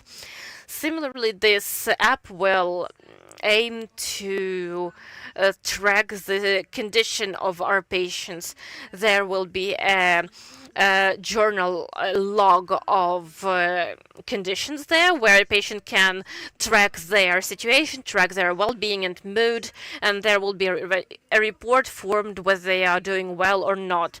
In addition, our experts will also have access to this data, and if they see that a patient doesn't use the app for a long time or has certain red flags, they will know that they need to contact this patient by themselves, be proactive in talking to our patients. In addition, overall, we understand the value of community. We understand the value of the support. We really encourage our patients to join other veteran communities, join adaptive types of sports, continue an active social life. And in this app, they will also be able to maintain contact with each other, to see news and additional opportunities from our center. So if you have questions, it is high time you ask them. No questions, but I do have a short comment. Like us, you also leave the space for experts. We are implementing the IT solutions in the work with veterans, but we still leave the room for the experts initiative, and I think it is absolutely evident in the sector of mental health. Thank you for your work. Thank you for sharing your experience. And I also have a question to you, Helena. You said that today everyone will have to adapt their veteran products, and maybe you can share some cases, some success stories where you implemented some changes and where you see their success or lack thereof. Maybe you have interesting solutions about accessibility for veterans. Yeah, can you switch on the presentation, please? I just have 3 slides, but I wanted to share a little bit who we are and where we are from, so that you understand what point we reached. Better Me is a platform for taking care of mental and physical health. We are developers of 2 apps. Mostly we worked and we still work for a Western audience. So more than half of our audience is the US, about 30% is Europe. We have 150 million users, and 1.6 million is Ukrainians, so that's quite a small share, but it grew a lot since the start of the war. Since the beginning of the full-scale war, both our apps became free for Ukrainians to use, and we realized that it is very important to add functionality and content into the app that would be useful for Ukrainians. Our app about support of physical health, it's about healthy nutrition, about personalized training, workout programs, about losing weight and maintaining a healthy lifestyle. We also gave people an opportunity to maintain this situation, to maintain a healthy lifestyle with an inclusive approach. We have workout programs for the elderly, for wheelchair users, for pregnant women and new mothers, and for this entire range of, so to speak, non-standard categories of the audience. Last year, in partnership with the developer of bionic prosthetics, Aspar Bionics, and with the Foundation Future for Ukraine, which handles difficult prosthetic cases, we created this program, a workout program for people with amputations. For 3 months, we worked on the development of this program. We worked with the US. There was a specialist in the US who works on rehabilitation of American veterans. He came to Ukraine. This was long and difficult, painstaking work. We tried to take into account all the details that had to do with the military and with people with amputations overall, which was very important for us.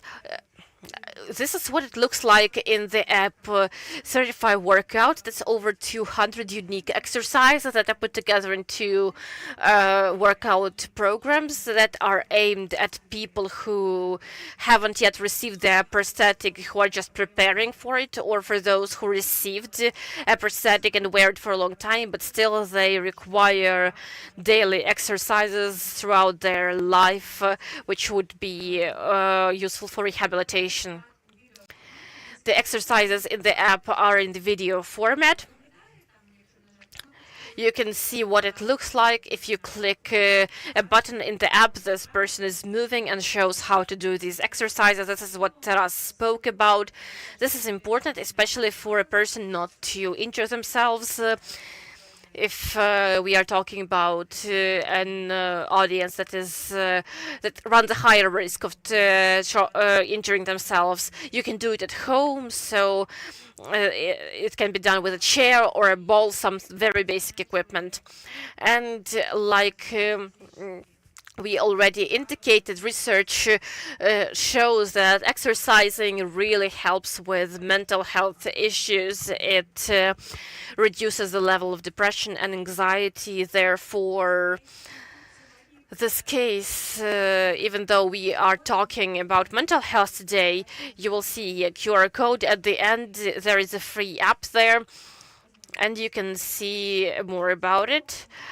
And also this year, together with superhuman psychologists, we created another project within our mental health support program. But here we encountered a difficulty. We talked to superhumans. We said we want to support the mental health of people with amputations because we already started working on this. We want to work on this comprehensively.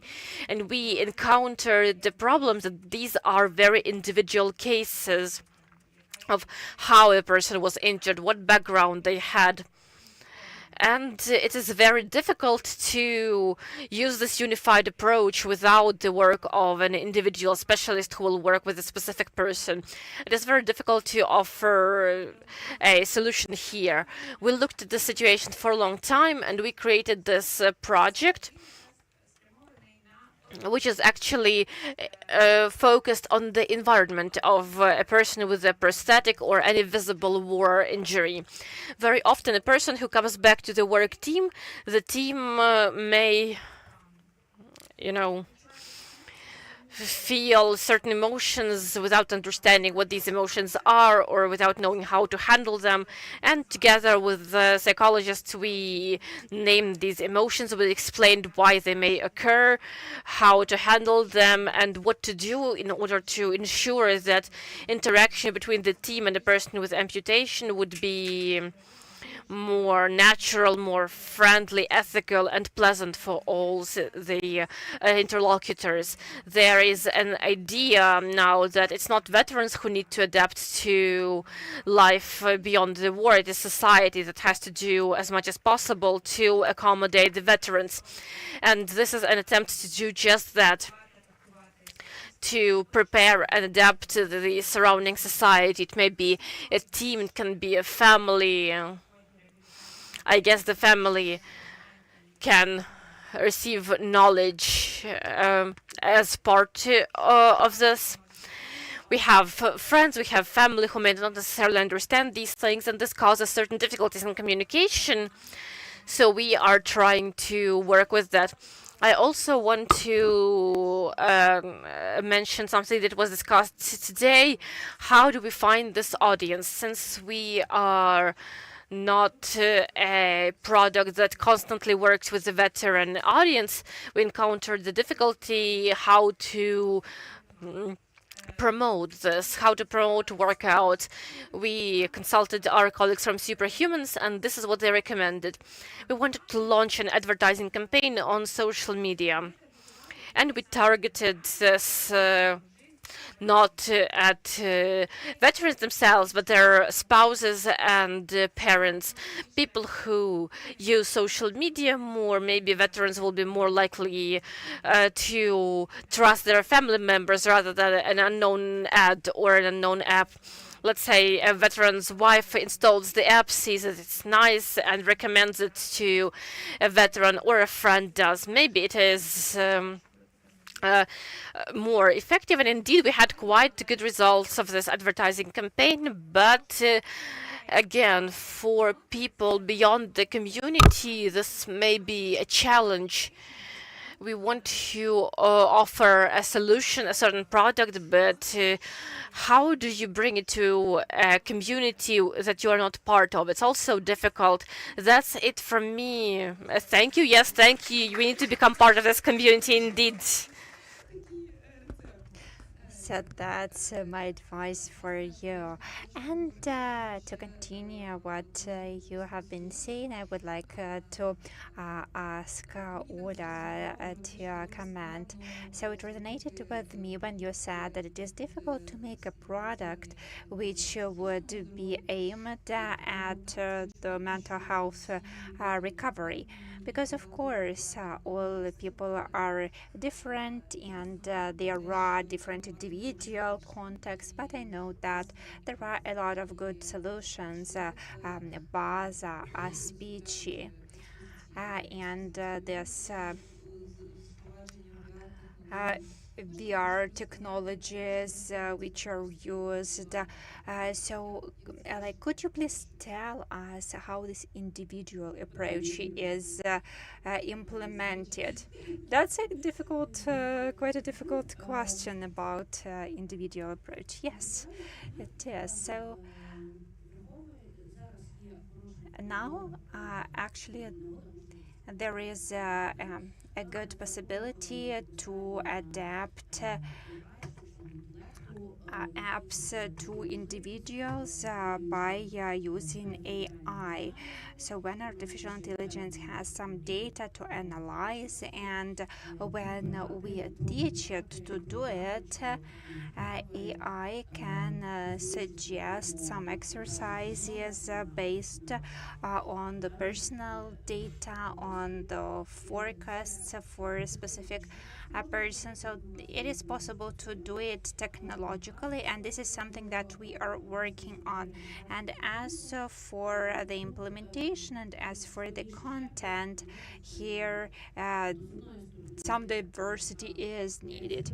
So on the one hand, there is this expert approach. So we work with feedback, we work with those who work in the field, we implement studies, but those studies, they still lead us to some diversity. But what is good about IT solutions is that they allow to have diversity. Not and it's not easy, of course, but it is possible to do it. So if we have, for example, a video with a jellyfish museum, or with nature, or with a seaside, so it is possible, for example, to show this video with the seaside and the seagulls, for example, or the waves. So we can offer it to people who just need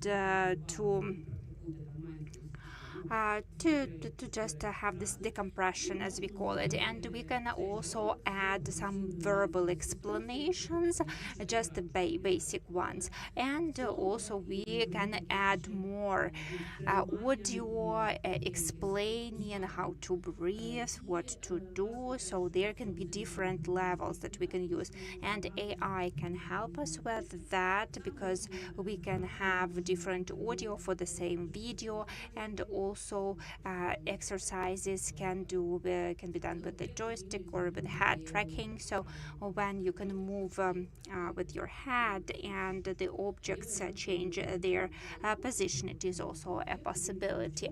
If we look at some object and we move our head, then for example something changes, or like what we do now is when people look at a flower and the flower is growing, so we add more exercises that we offer to veterans. Or if people have limited mobility, we can do the 360 exercise, or the same thing but not 360 but 180. So what is good about IT solutions is that of course it's not for free, but still with the minimum resources and efforts, IT solutions allow us to use this personal approach, individual approach, or like we can use the same instructions, for example, but change the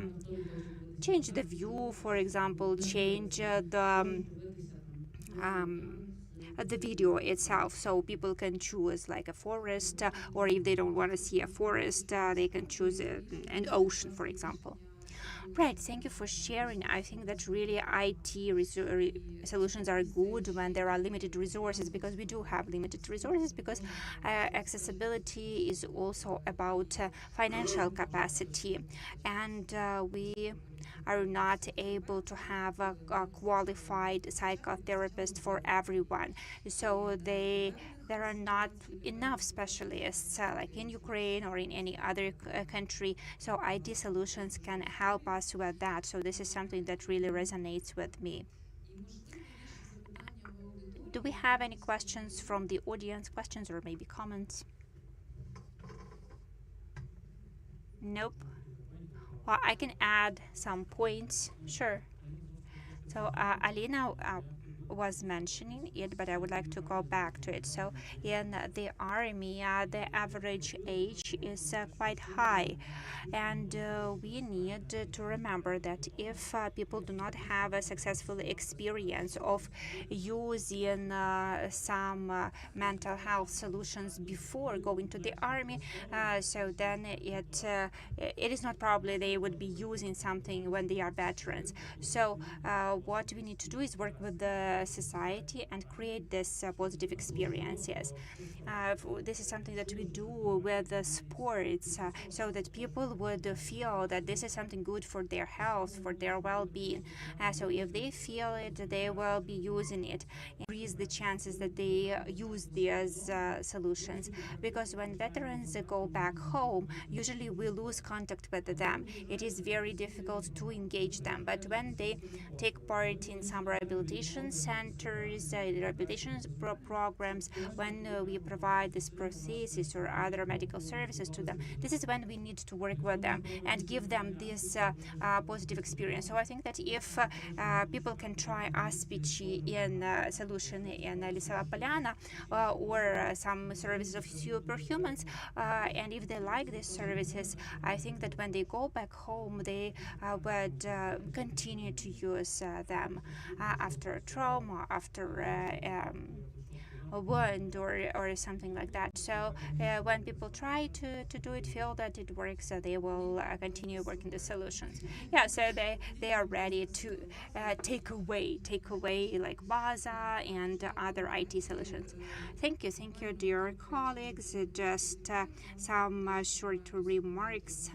I wanted to say that we have quite a lot of opportunities and resources, but also quite a lot of challenges, and we need to use the solutions to close the gaps and overcome the challenges.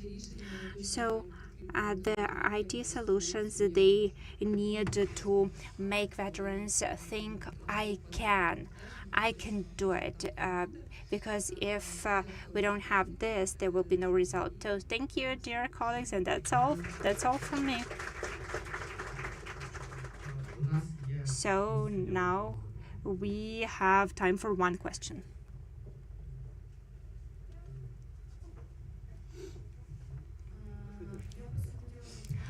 I just wanted to ask because I work with Taras, and I wanted to see that just yesterday we presented the results of one study, and our participants, they went to a sports competition and sports camp, and many people, they said that they lack support of a trainer to continue doing sports. So this is important to have trainer support, but so that it can be remotely.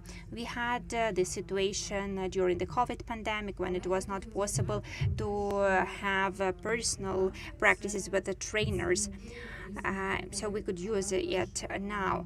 And veterans, they represent different age groups, and they have different digital literacy levels. So many veterans, they do not use any apps actually, or they do not even receive information about the services and apps available. So I wanted to ask you, do you see this challenge and how to promote such apps and solutions? Because based on my experience with Baza, I can say that I promote Baza actively among people I know, but mostly when I tell them about Baza, they say that they have never heard about it before, or this is something that they have never used. So how do you see it for yourself? How can you promote the solutions among all the veterans, not just in your bubble? I will try to respond.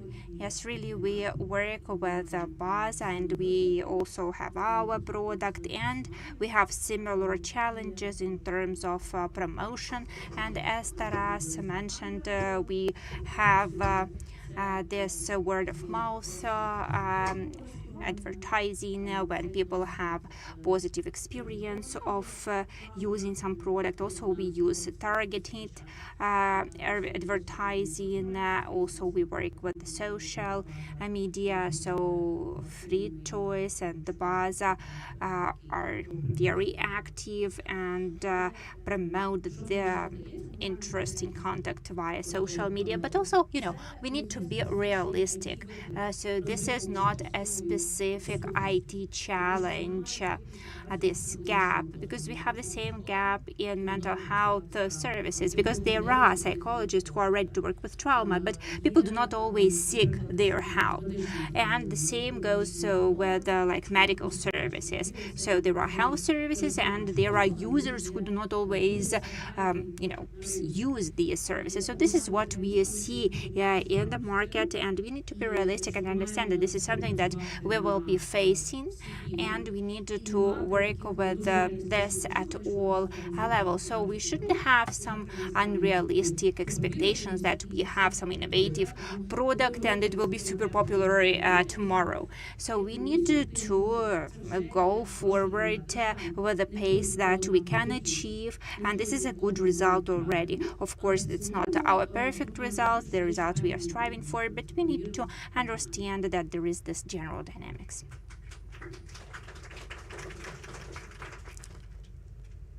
Another question.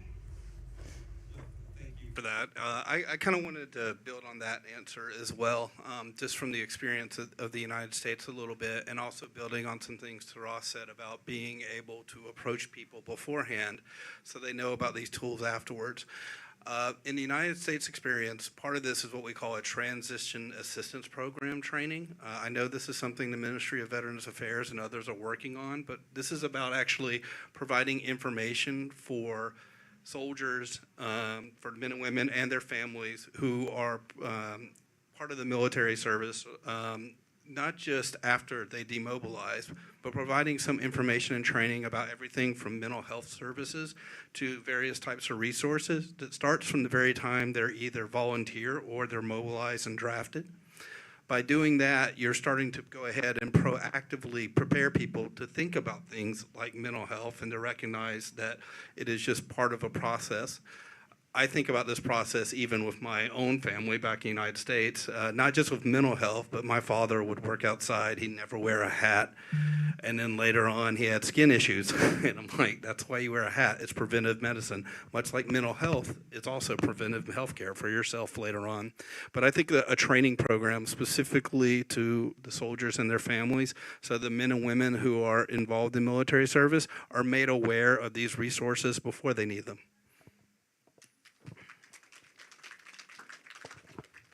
Дякую, друзі. Я думаю, що на цьому Thank you, dear friends. I think that we can wrap up this panel and we will have a 30-minute break. So we come back in 30 minutes at 1:05, and I will be inviting you to get back for our next session.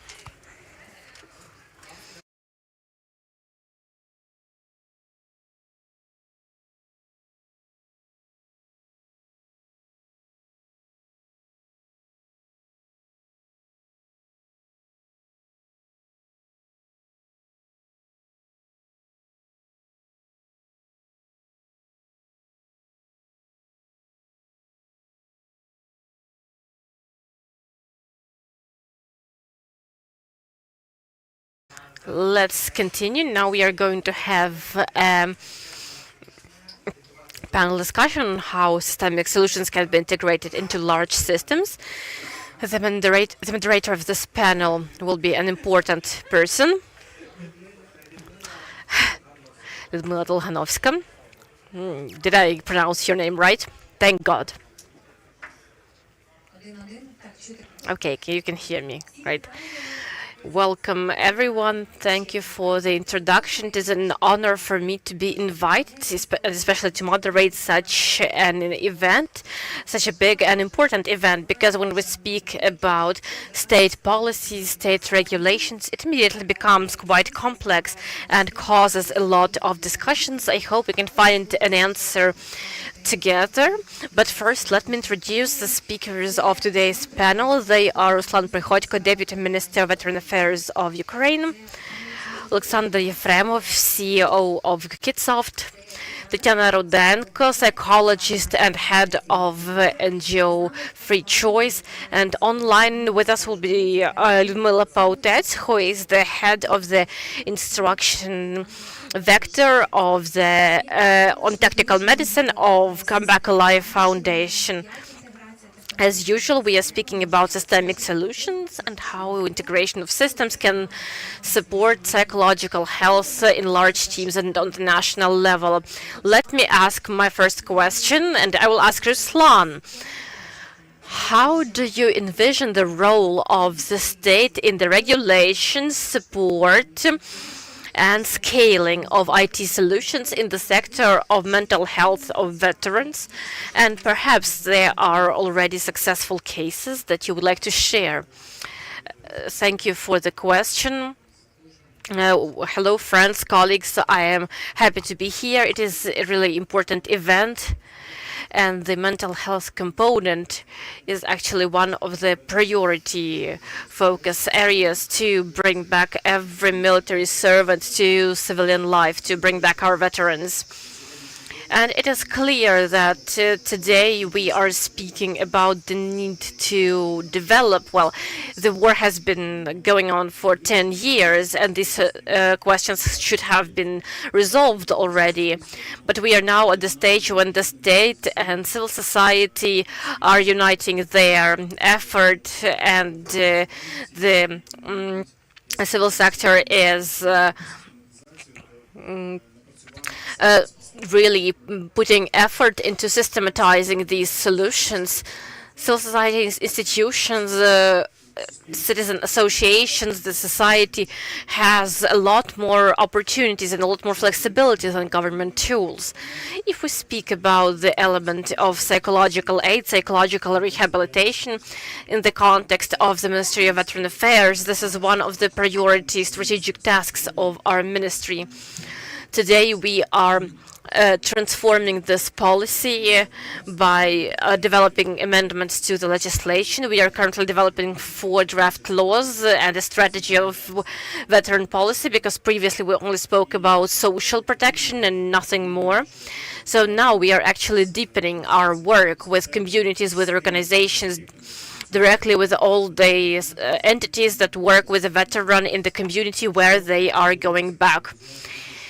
If we come back to this and focus on psychological rehabilitation and mental health, today the Ministry of Veteran Affairs has a relevant budget program. For this year, we have about 160 million hryvnias allocated to compensate the providers of psychological aid. We developed a 3-tier procedure of psychological aid, and today we are introducing a number of tools that will help us stimulate the market and bring these services closer to war veterans. We need to say that we created a register of psychological aid providers so that we can make this component as transparent as possible and to enable convenient receipt of information for veterans. Any solution, any element of policy cannot be effective today without relevant digital solutions. That is why the register was created, built on the engine, and adapted to the current procedure. As for the procedure, who can be the subject of such aid and how the compensation takes place. We are currently actually working on an upgrade of this procedure. It will definitely be upgraded because today's model shows that we cannot engage a sufficient number of such entities. And also based on these changes, we'll modernize this register. It will include the opportunity to add psychologists and organizations that provide such services, so they can be included in the register if they are eligible.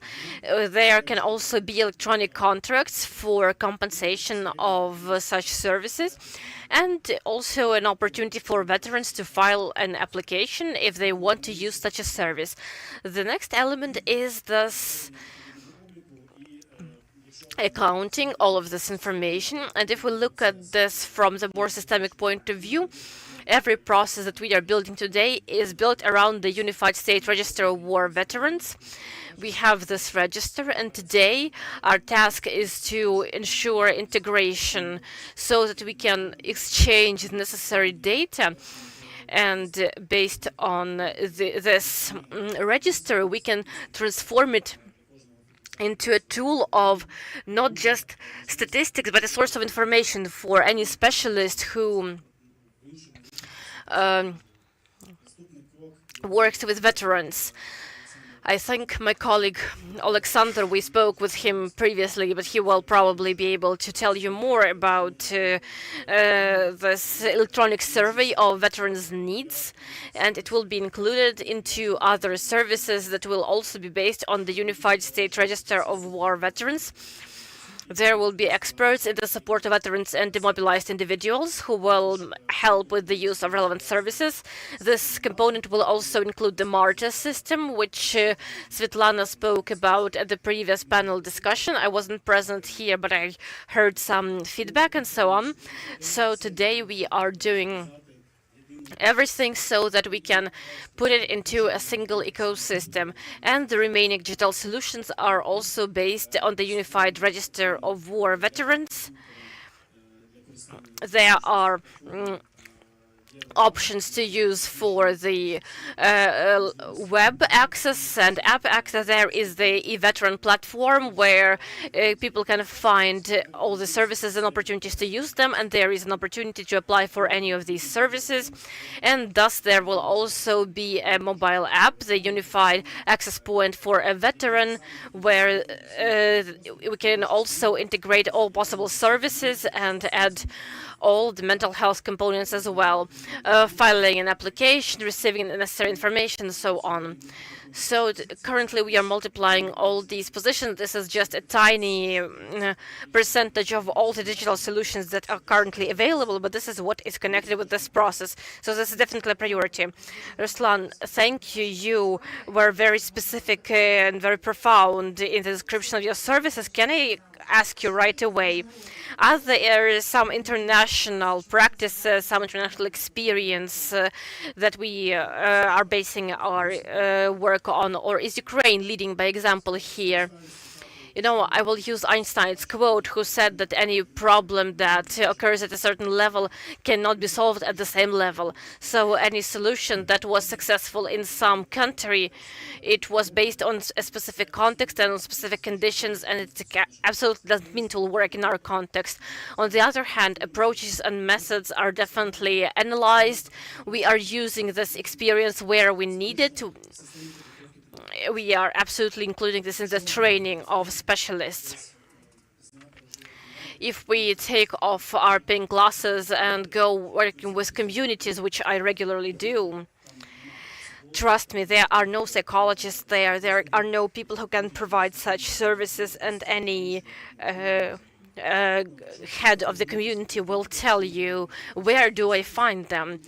If we go to any village community, a young person who goes to study in Kiev, 99% will remain in Kiev.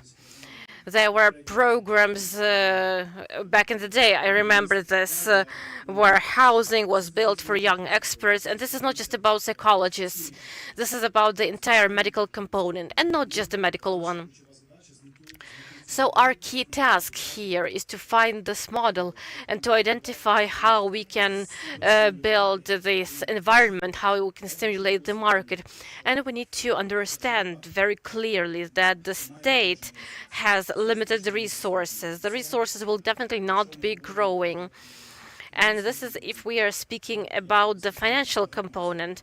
I spoke with and worked with many psychologists, and when a psychologist says, we have done enough volunteer work since 2014, our entire life takes place as volunteers. We need to live, we need to get paid, we also need to spend money, so we envision a certain payment for our work.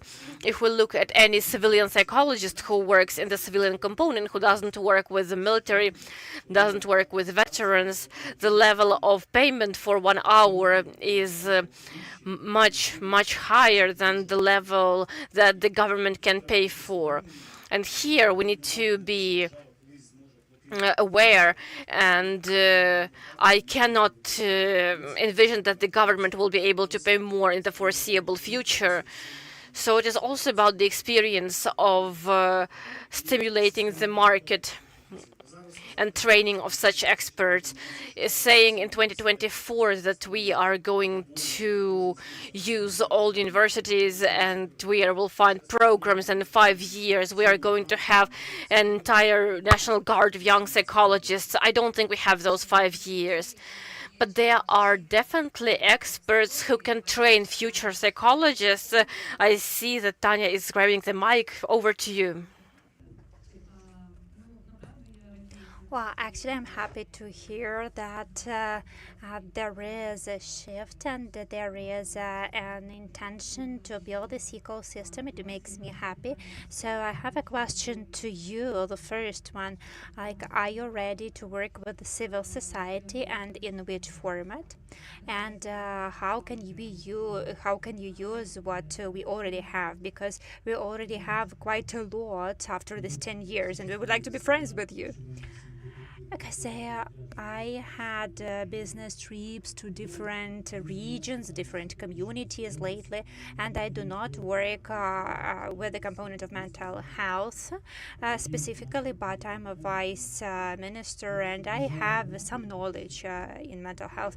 So just yesterday I came to a community, and I will not say which one, and what I do, I coordinate the delivery of services like under one roof, so that person can come to one place and get all the necessary services. So it is prevention of psychological rehabilitation, actually, because when a veteran has to go to one place to get one paper, to go to another place, like that is a big problem. And I came to one site and it was not planned, and they invited me to go to the special space that they had, and they showed like, this is our psychologist, and I asked her, like, tell me what do you do, and she said, I work with veterans, and asked about her salary. Like, so what is the salary? Salary is 5,000 hryvnias per month. So I said, do you know that we have this program? We fund mental health support services, so you can register this person and this person will be able to get reimbursement, even though our rate that we offer, it is not commercial rate, but still it is something that she can use, maybe something that is needed for this mental health support sessions. So, people just don't have it like in communities, and I think that your CSOs or us as the state or a psychologist not working together, we will not be able to cope with this problem that we are facing.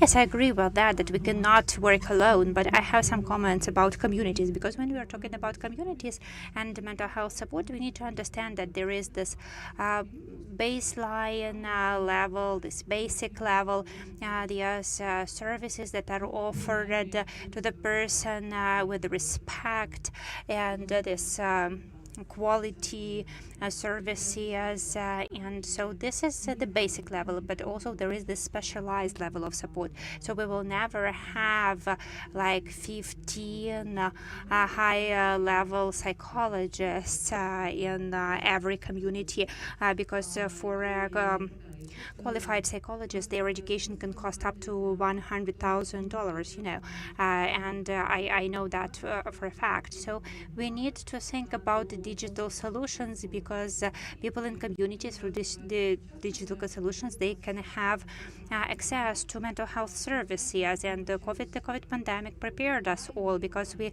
all learned how to work both offline and online. So I think that it could be one of the approaches we could use, and that a government could rely on the civil society and vice versa to make it all happen.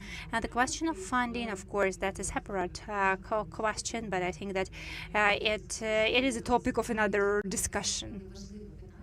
Yes, thank you, Tanya. So it is important to discuss how we can scale up some things that are available in Kiev, so that they are available also in smaller communities.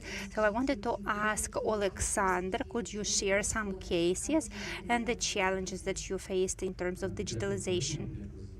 Thank you, colleagues. Thank you for inviting me. My name is Alexander Yefremov, KidSoft.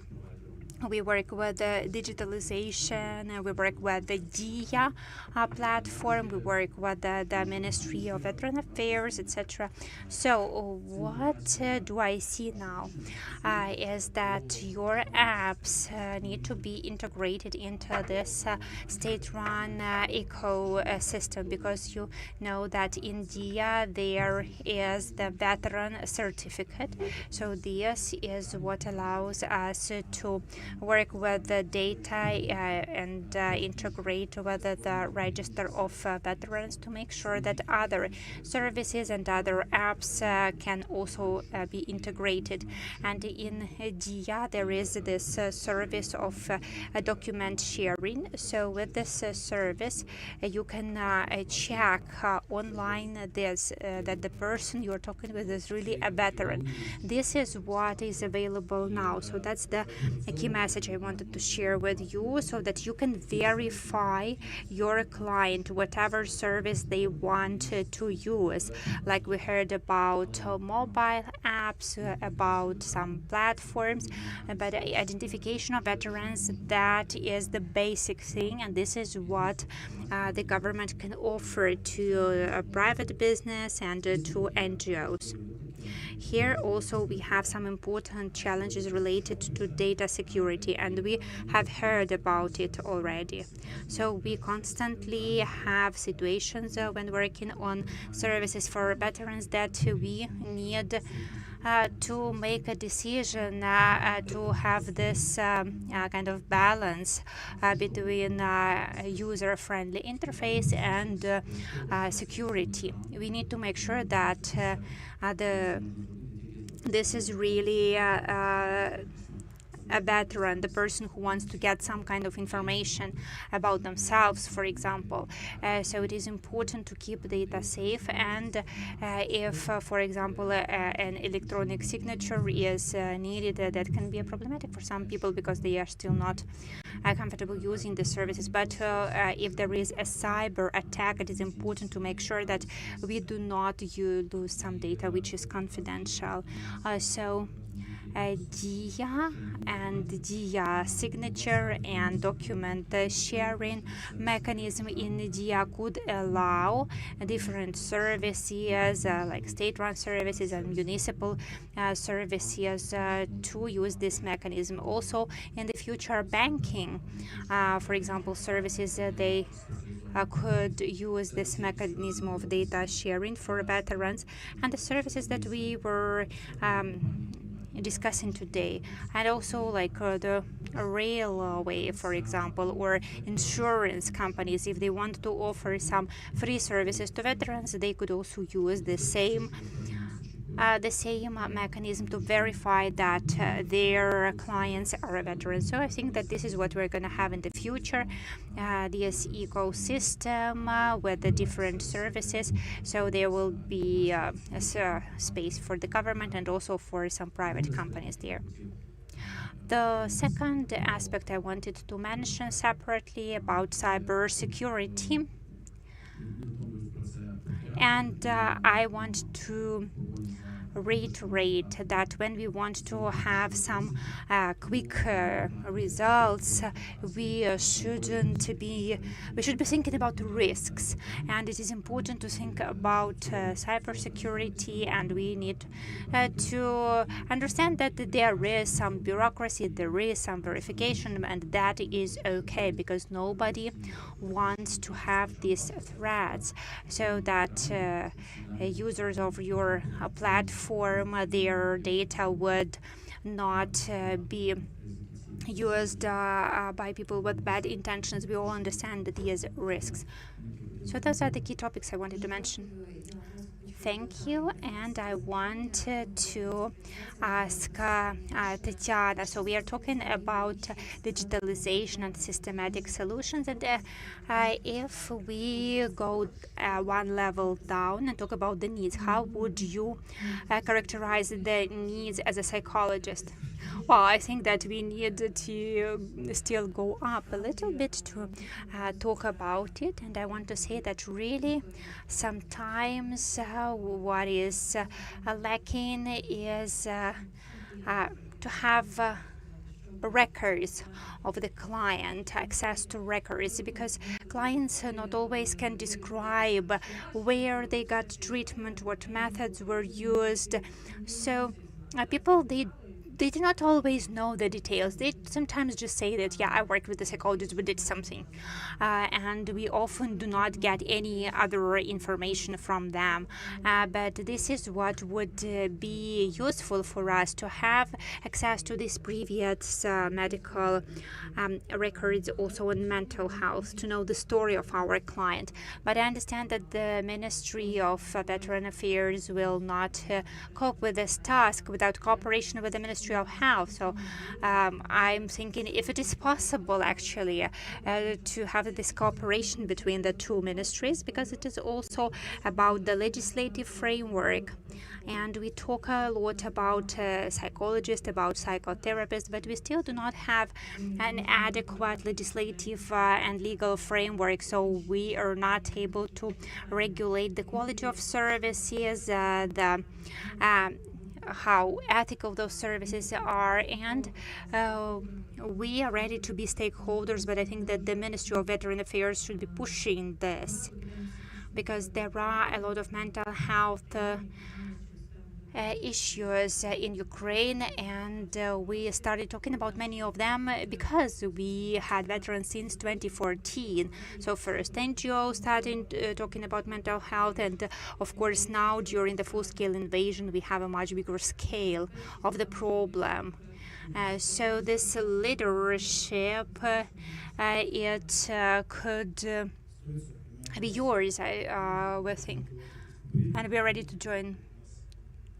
Yes, of course. I said this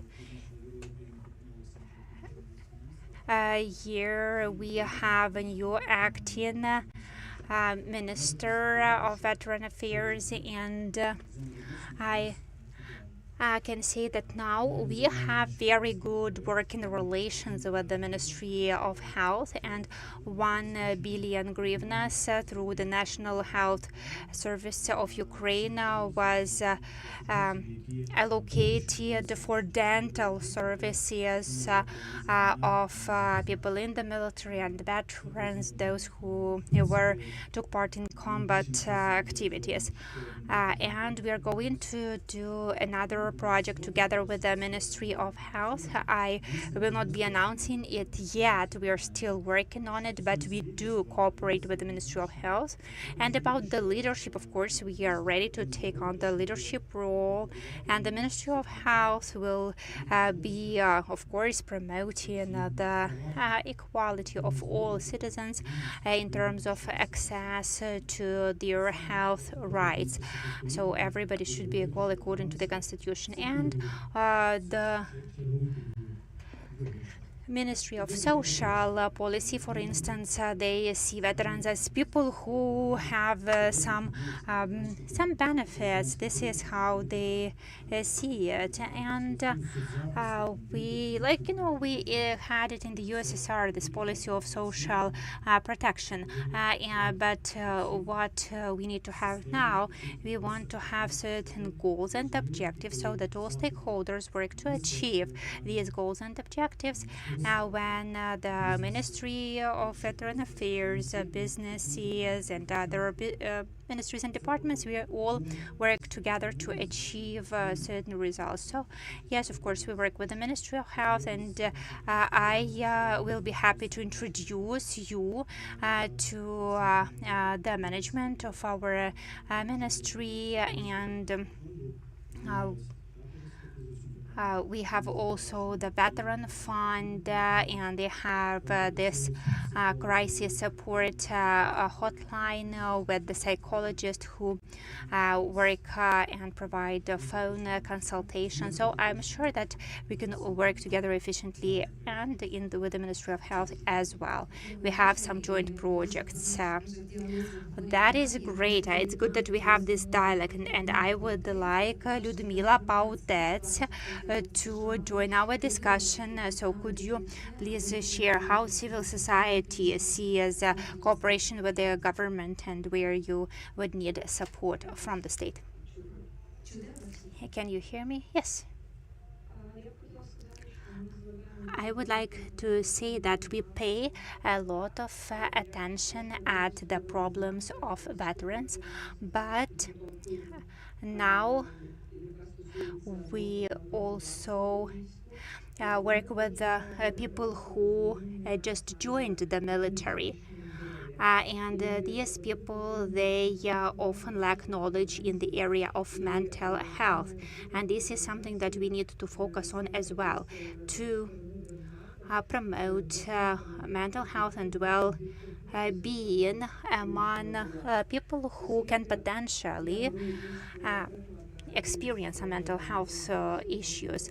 And I'm taking some cases from my own experience, and I think that if I had more information about how my brain would work, how my body would respond to some stressful situation, if I understood the consequences better, I would organize my work and my life in a different way. Probably I would start my therapy earlier, not to wait till the situation is critical. But using my experience, I was able to help other men and women in the military to understand what was going on with them. So this is important for people to understand how they are going to respond to stress, and what are the red flags telling you that it's time to go to the doctor to seek some medical help, and what could be the long-term consequences for health of this stress and trauma. I think that if people had this information, they would be more serious about their mental health.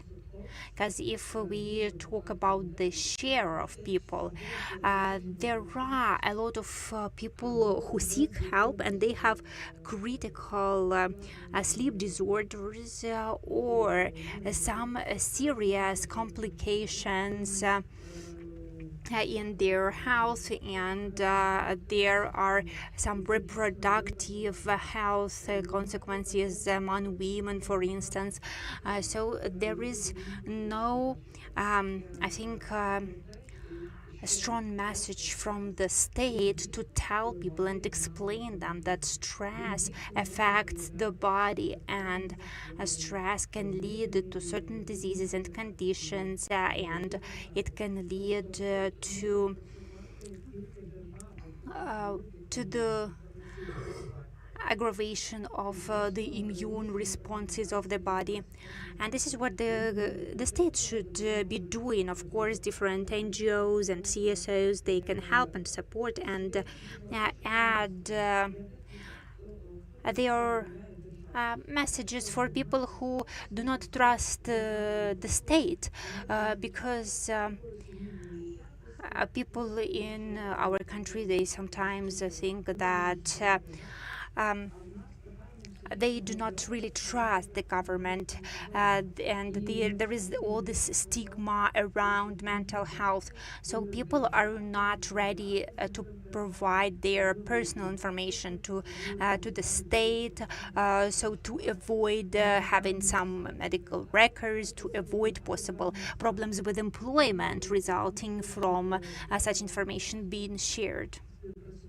So here, it would be good to cooperate with different NGOs who can work with the different categories of people who trust them. And as for IT solutions, I would like to say that IT solutions are really great, actually, because not all people are ready to work with therapists face-to-face. They need to make a first step, and such IT solutions, they could be such a first step, and they can show people that they can give it a try, because they can just open an app and work with this app, and the people who know how to use some techniques, some approaches, some exercises, they see that those things, they are working, and they start to trust psychotherapy, and that could be the first step for them to start looking for a psychotherapist and to start working with a therapist in an online format. And if we are talking about the front line, such apps, they also allow people to use some grounding techniques, some techniques to calm down when there is no access to relevant specialists, because at the front line often it is not possible to work with a professional, and it is possible in these cases to use online platforms, to use apps, and they are really good and efficient.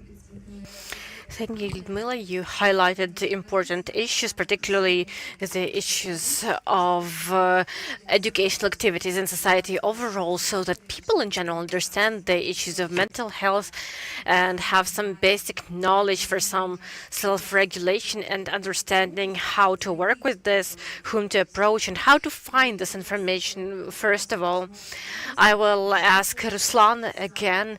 Maybe you have some requests to the media community, to civil society organizations, to practitioners who are ready to get engaged in this or that issue, so that we can move forward to a different level on a bigger scale.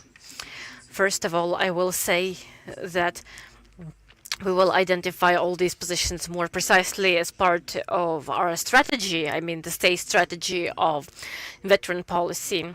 Another issue is that, well, first of all, like colleagues mentioned, not every veteran is ready to go to see a psychologist. Not every person is ready overall. Why? Let's think how many years ago the culture of going to a therapist formed in Ukraine. When was that?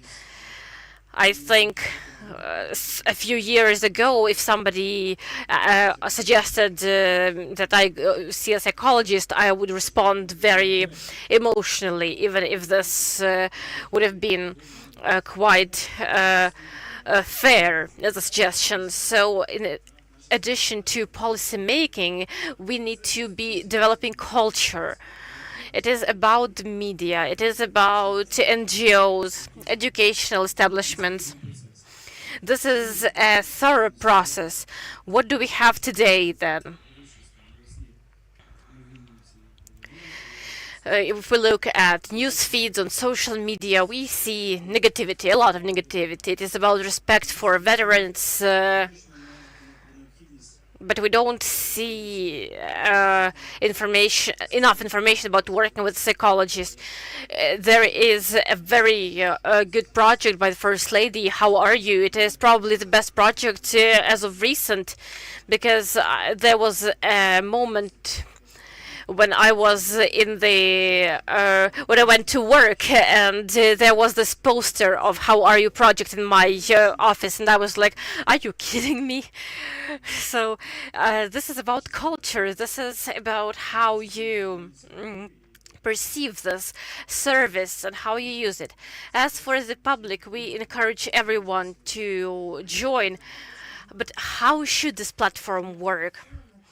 We are working on educational issues in society, or we are working on prevention, or we are working on promotion of some specific apps. How do we create the space for this communication? Let's say, friends, we developed this, let's use it. I guess I'm not the best expert in strategic communication and media. But I will say that in our strategy we also have the component of information policy. I hope there are experts.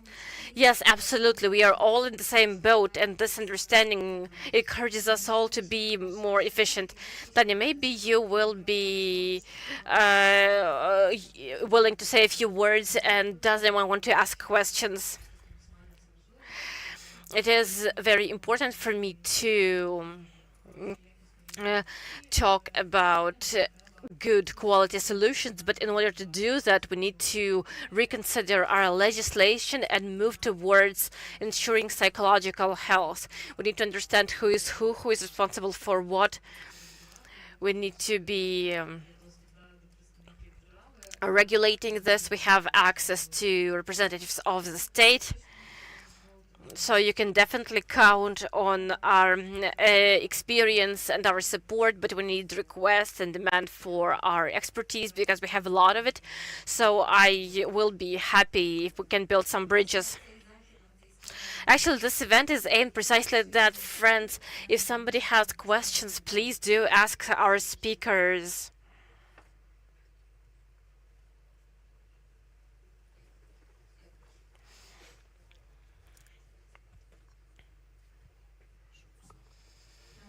Thank you. Hello, Elizabeth Desenko, Medical Clinic of the Ukrainian Catholic University, and my question is to you, Ruslan. In the UK, there is a specific pathway of a mental patient. A doctor can refer the patient. A patient can also do that. Is there a plan for such a single route, a single path, together with the Ministry of Health? And will there be a referral to civil society? Because there are a lot of initiatives. They are quite isolated, though. How do you see the systematization? Will it be based on civil society? Wonderful question. It was partly rhetorical, probably, because you partially answered it. You know, we have representatives of different components here who are involved in the same ecosystem. It is the way it is, but it exists. Everyone is speaking from their own point of view, how they envision this process. And our task as the government, we definitely are not going to act as psychologists. We are policymakers. And our key task is to combine everyone into a unified process. So far, these processes are not yet built. This is not just a psychological component or a mental health component. There are opportunities that only the providers of these opportunities know of. Do they duplicate each other? Is there logic to reinforce every element? Who knows?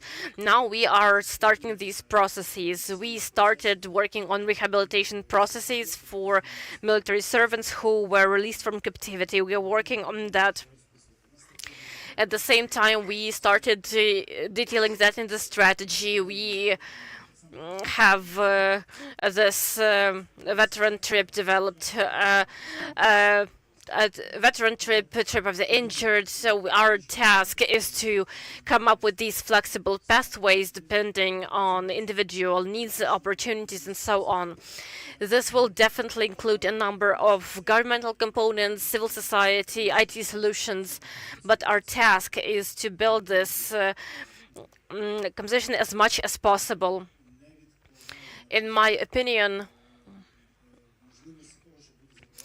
there may be monetization of such services, for instance, by marked funds, because any monetization is a dangerous story for society. The government always needs to understand what purpose it is achieving and whether it is achieving it at all by using a resource. Because otherwise there is a situation when there are a lot of reports, some indicators, figures, percentages. You go outside and you see that the real situation is completely different. So there definitely have to be pathways. It will definitely involve civil society. We don't have enough capacity by ourselves. You know, my colleague Alexander spoke about cybersecurity. I will add just one word here. The all digital solutions that we are developing today, we don't have state funds for this. This is all donor aid. Our partners, I will not list them because I will forget someone and someone will get offended. There are a lot of partners there. And when you are building any service, any process, I guess the system costs probably about twice as much as the service itself. So that's the level of cybersecurity that we are using, twice as expensive as the service. But in Wednesday, I spoke with Brigadier General from whom I know from Kyiv Mohyla Business School, and I asked him how they implemented the ecosystem of cyber security and how they worked on these cyber threats, how they stimulated the market from scratch, because they introduced indicators and figures that are used in Europe, in other developed countries. And this work, when you have basically very few people who are engaged, how do you mobilize the existing pool of psychologists? How do you build this model? And how do you create this veteran trip so that they receive the necessary service, not just any service? Talk to the psychologist for a while. How did it end? Well, if it didn't get worse, that's already nice, because that also happens. Sometimes there is this peer-to-peer principle. The wife of a deceased soldier talks to another wife of another deceased soldier. They talked, they cried together, they got re-traumatized together. They need to understand, to have compassion, because compassion is not always the best tool and hope is not the best tactic. Thank you, Alexander. I know you have something to add. I want to follow up on what Ruslan said about cyber threats and existing opportunities. As part of reconstruction of the cybersecurity system, there is also stimulation in the system to IT businesses. I know that there are a lot of representatives of various solutions here that create their apps for psychological health, mental health of the veterans. We talked about this tool yesterday, cyber vouchers. There will be a public announcement of the governmental cybersecurity platform. We created this resource where private companies can approach the service for help for instance, to test the app for hacking or cybersecurity audit. Usually there is not enough money for that. They are often not included in budgets, but it is super important. And now USAID is compensating. This is called the cyber voucher mechanism. It compensates the expenses for such services. They are potential users, there are providers of cyber services, and there is a donor who is ready to compensate the expenditures for such cybersecurity services. This platform has already been set up, it will soon be announced, and I think this can also be very useful for private businesses so that we can continue growing the quality of our services, because it's very important when you scale up. You need to pay more attention to the quality of your product, the quality of your processes, the security, the speed of your services. Your startups go from the level of a local project to a global level if you're growing. If you have successes, this means that you have more opportunities, but you also have more responsibility. Please make sure you remember this, especially since this is a sector where donors are willing to help. So if you knock on the right door, I am confident that you will find financial resources for this and a lot of interesting partnerships. And we are also ready to join and consult. So please approach us. We are available and we will help you, because there is indeed a lot of information. Thank you very much, Shania, I will give you the opportunity to speak, say a few final words, understanding how much experience you have. I know for sure that you know what to say and how you can help the government to implement systemic solutions. Thank you, Ludmila. Indeed, we have a lot of practical experience. We are definitely ready to share our experience about what is effective and what is not. We are indeed ready to provide some educational component, but we are definitely not capable of replacing the state. We don't have this objective, and we will not. I guess as some final words, I would probably thank colleagues here and all the previous panels, because I think we have some very good key moments that we discussed today. Because I think we have nothing to fight for against each other. We can only fight together. And I will wrap up with these words. Thank you very much. Thank you to all the panelists. I know that we also are going to have a presentation of IT solutions, so we are looking forward to that. Thank you. Looking forward to the presentation. All right. Thank you for this panel. Thank you for... this is probably the first conference in the sphere of mental health where I am, where nobody had a fight, and where everyone has some kind of joint vision, and that's cool. Because we are not thinking about what we need to do, but how to scale it and how to do it strategically. Overall, it is very close to me that there has to be prevention and psychoeducation, which will greatly reduce the consequences of trauma later. I also have to say that there was a great focus on data security, and we spoke a lot about this. I think we didn't speak enough still, and we need to keep highlighting this. Now we are going to present the IT solutions. I have to see who I need to invite, because I thought we would be doing networking. Oh, we will be there. So the presentation will be in the networking format. So I didn't make a mistake.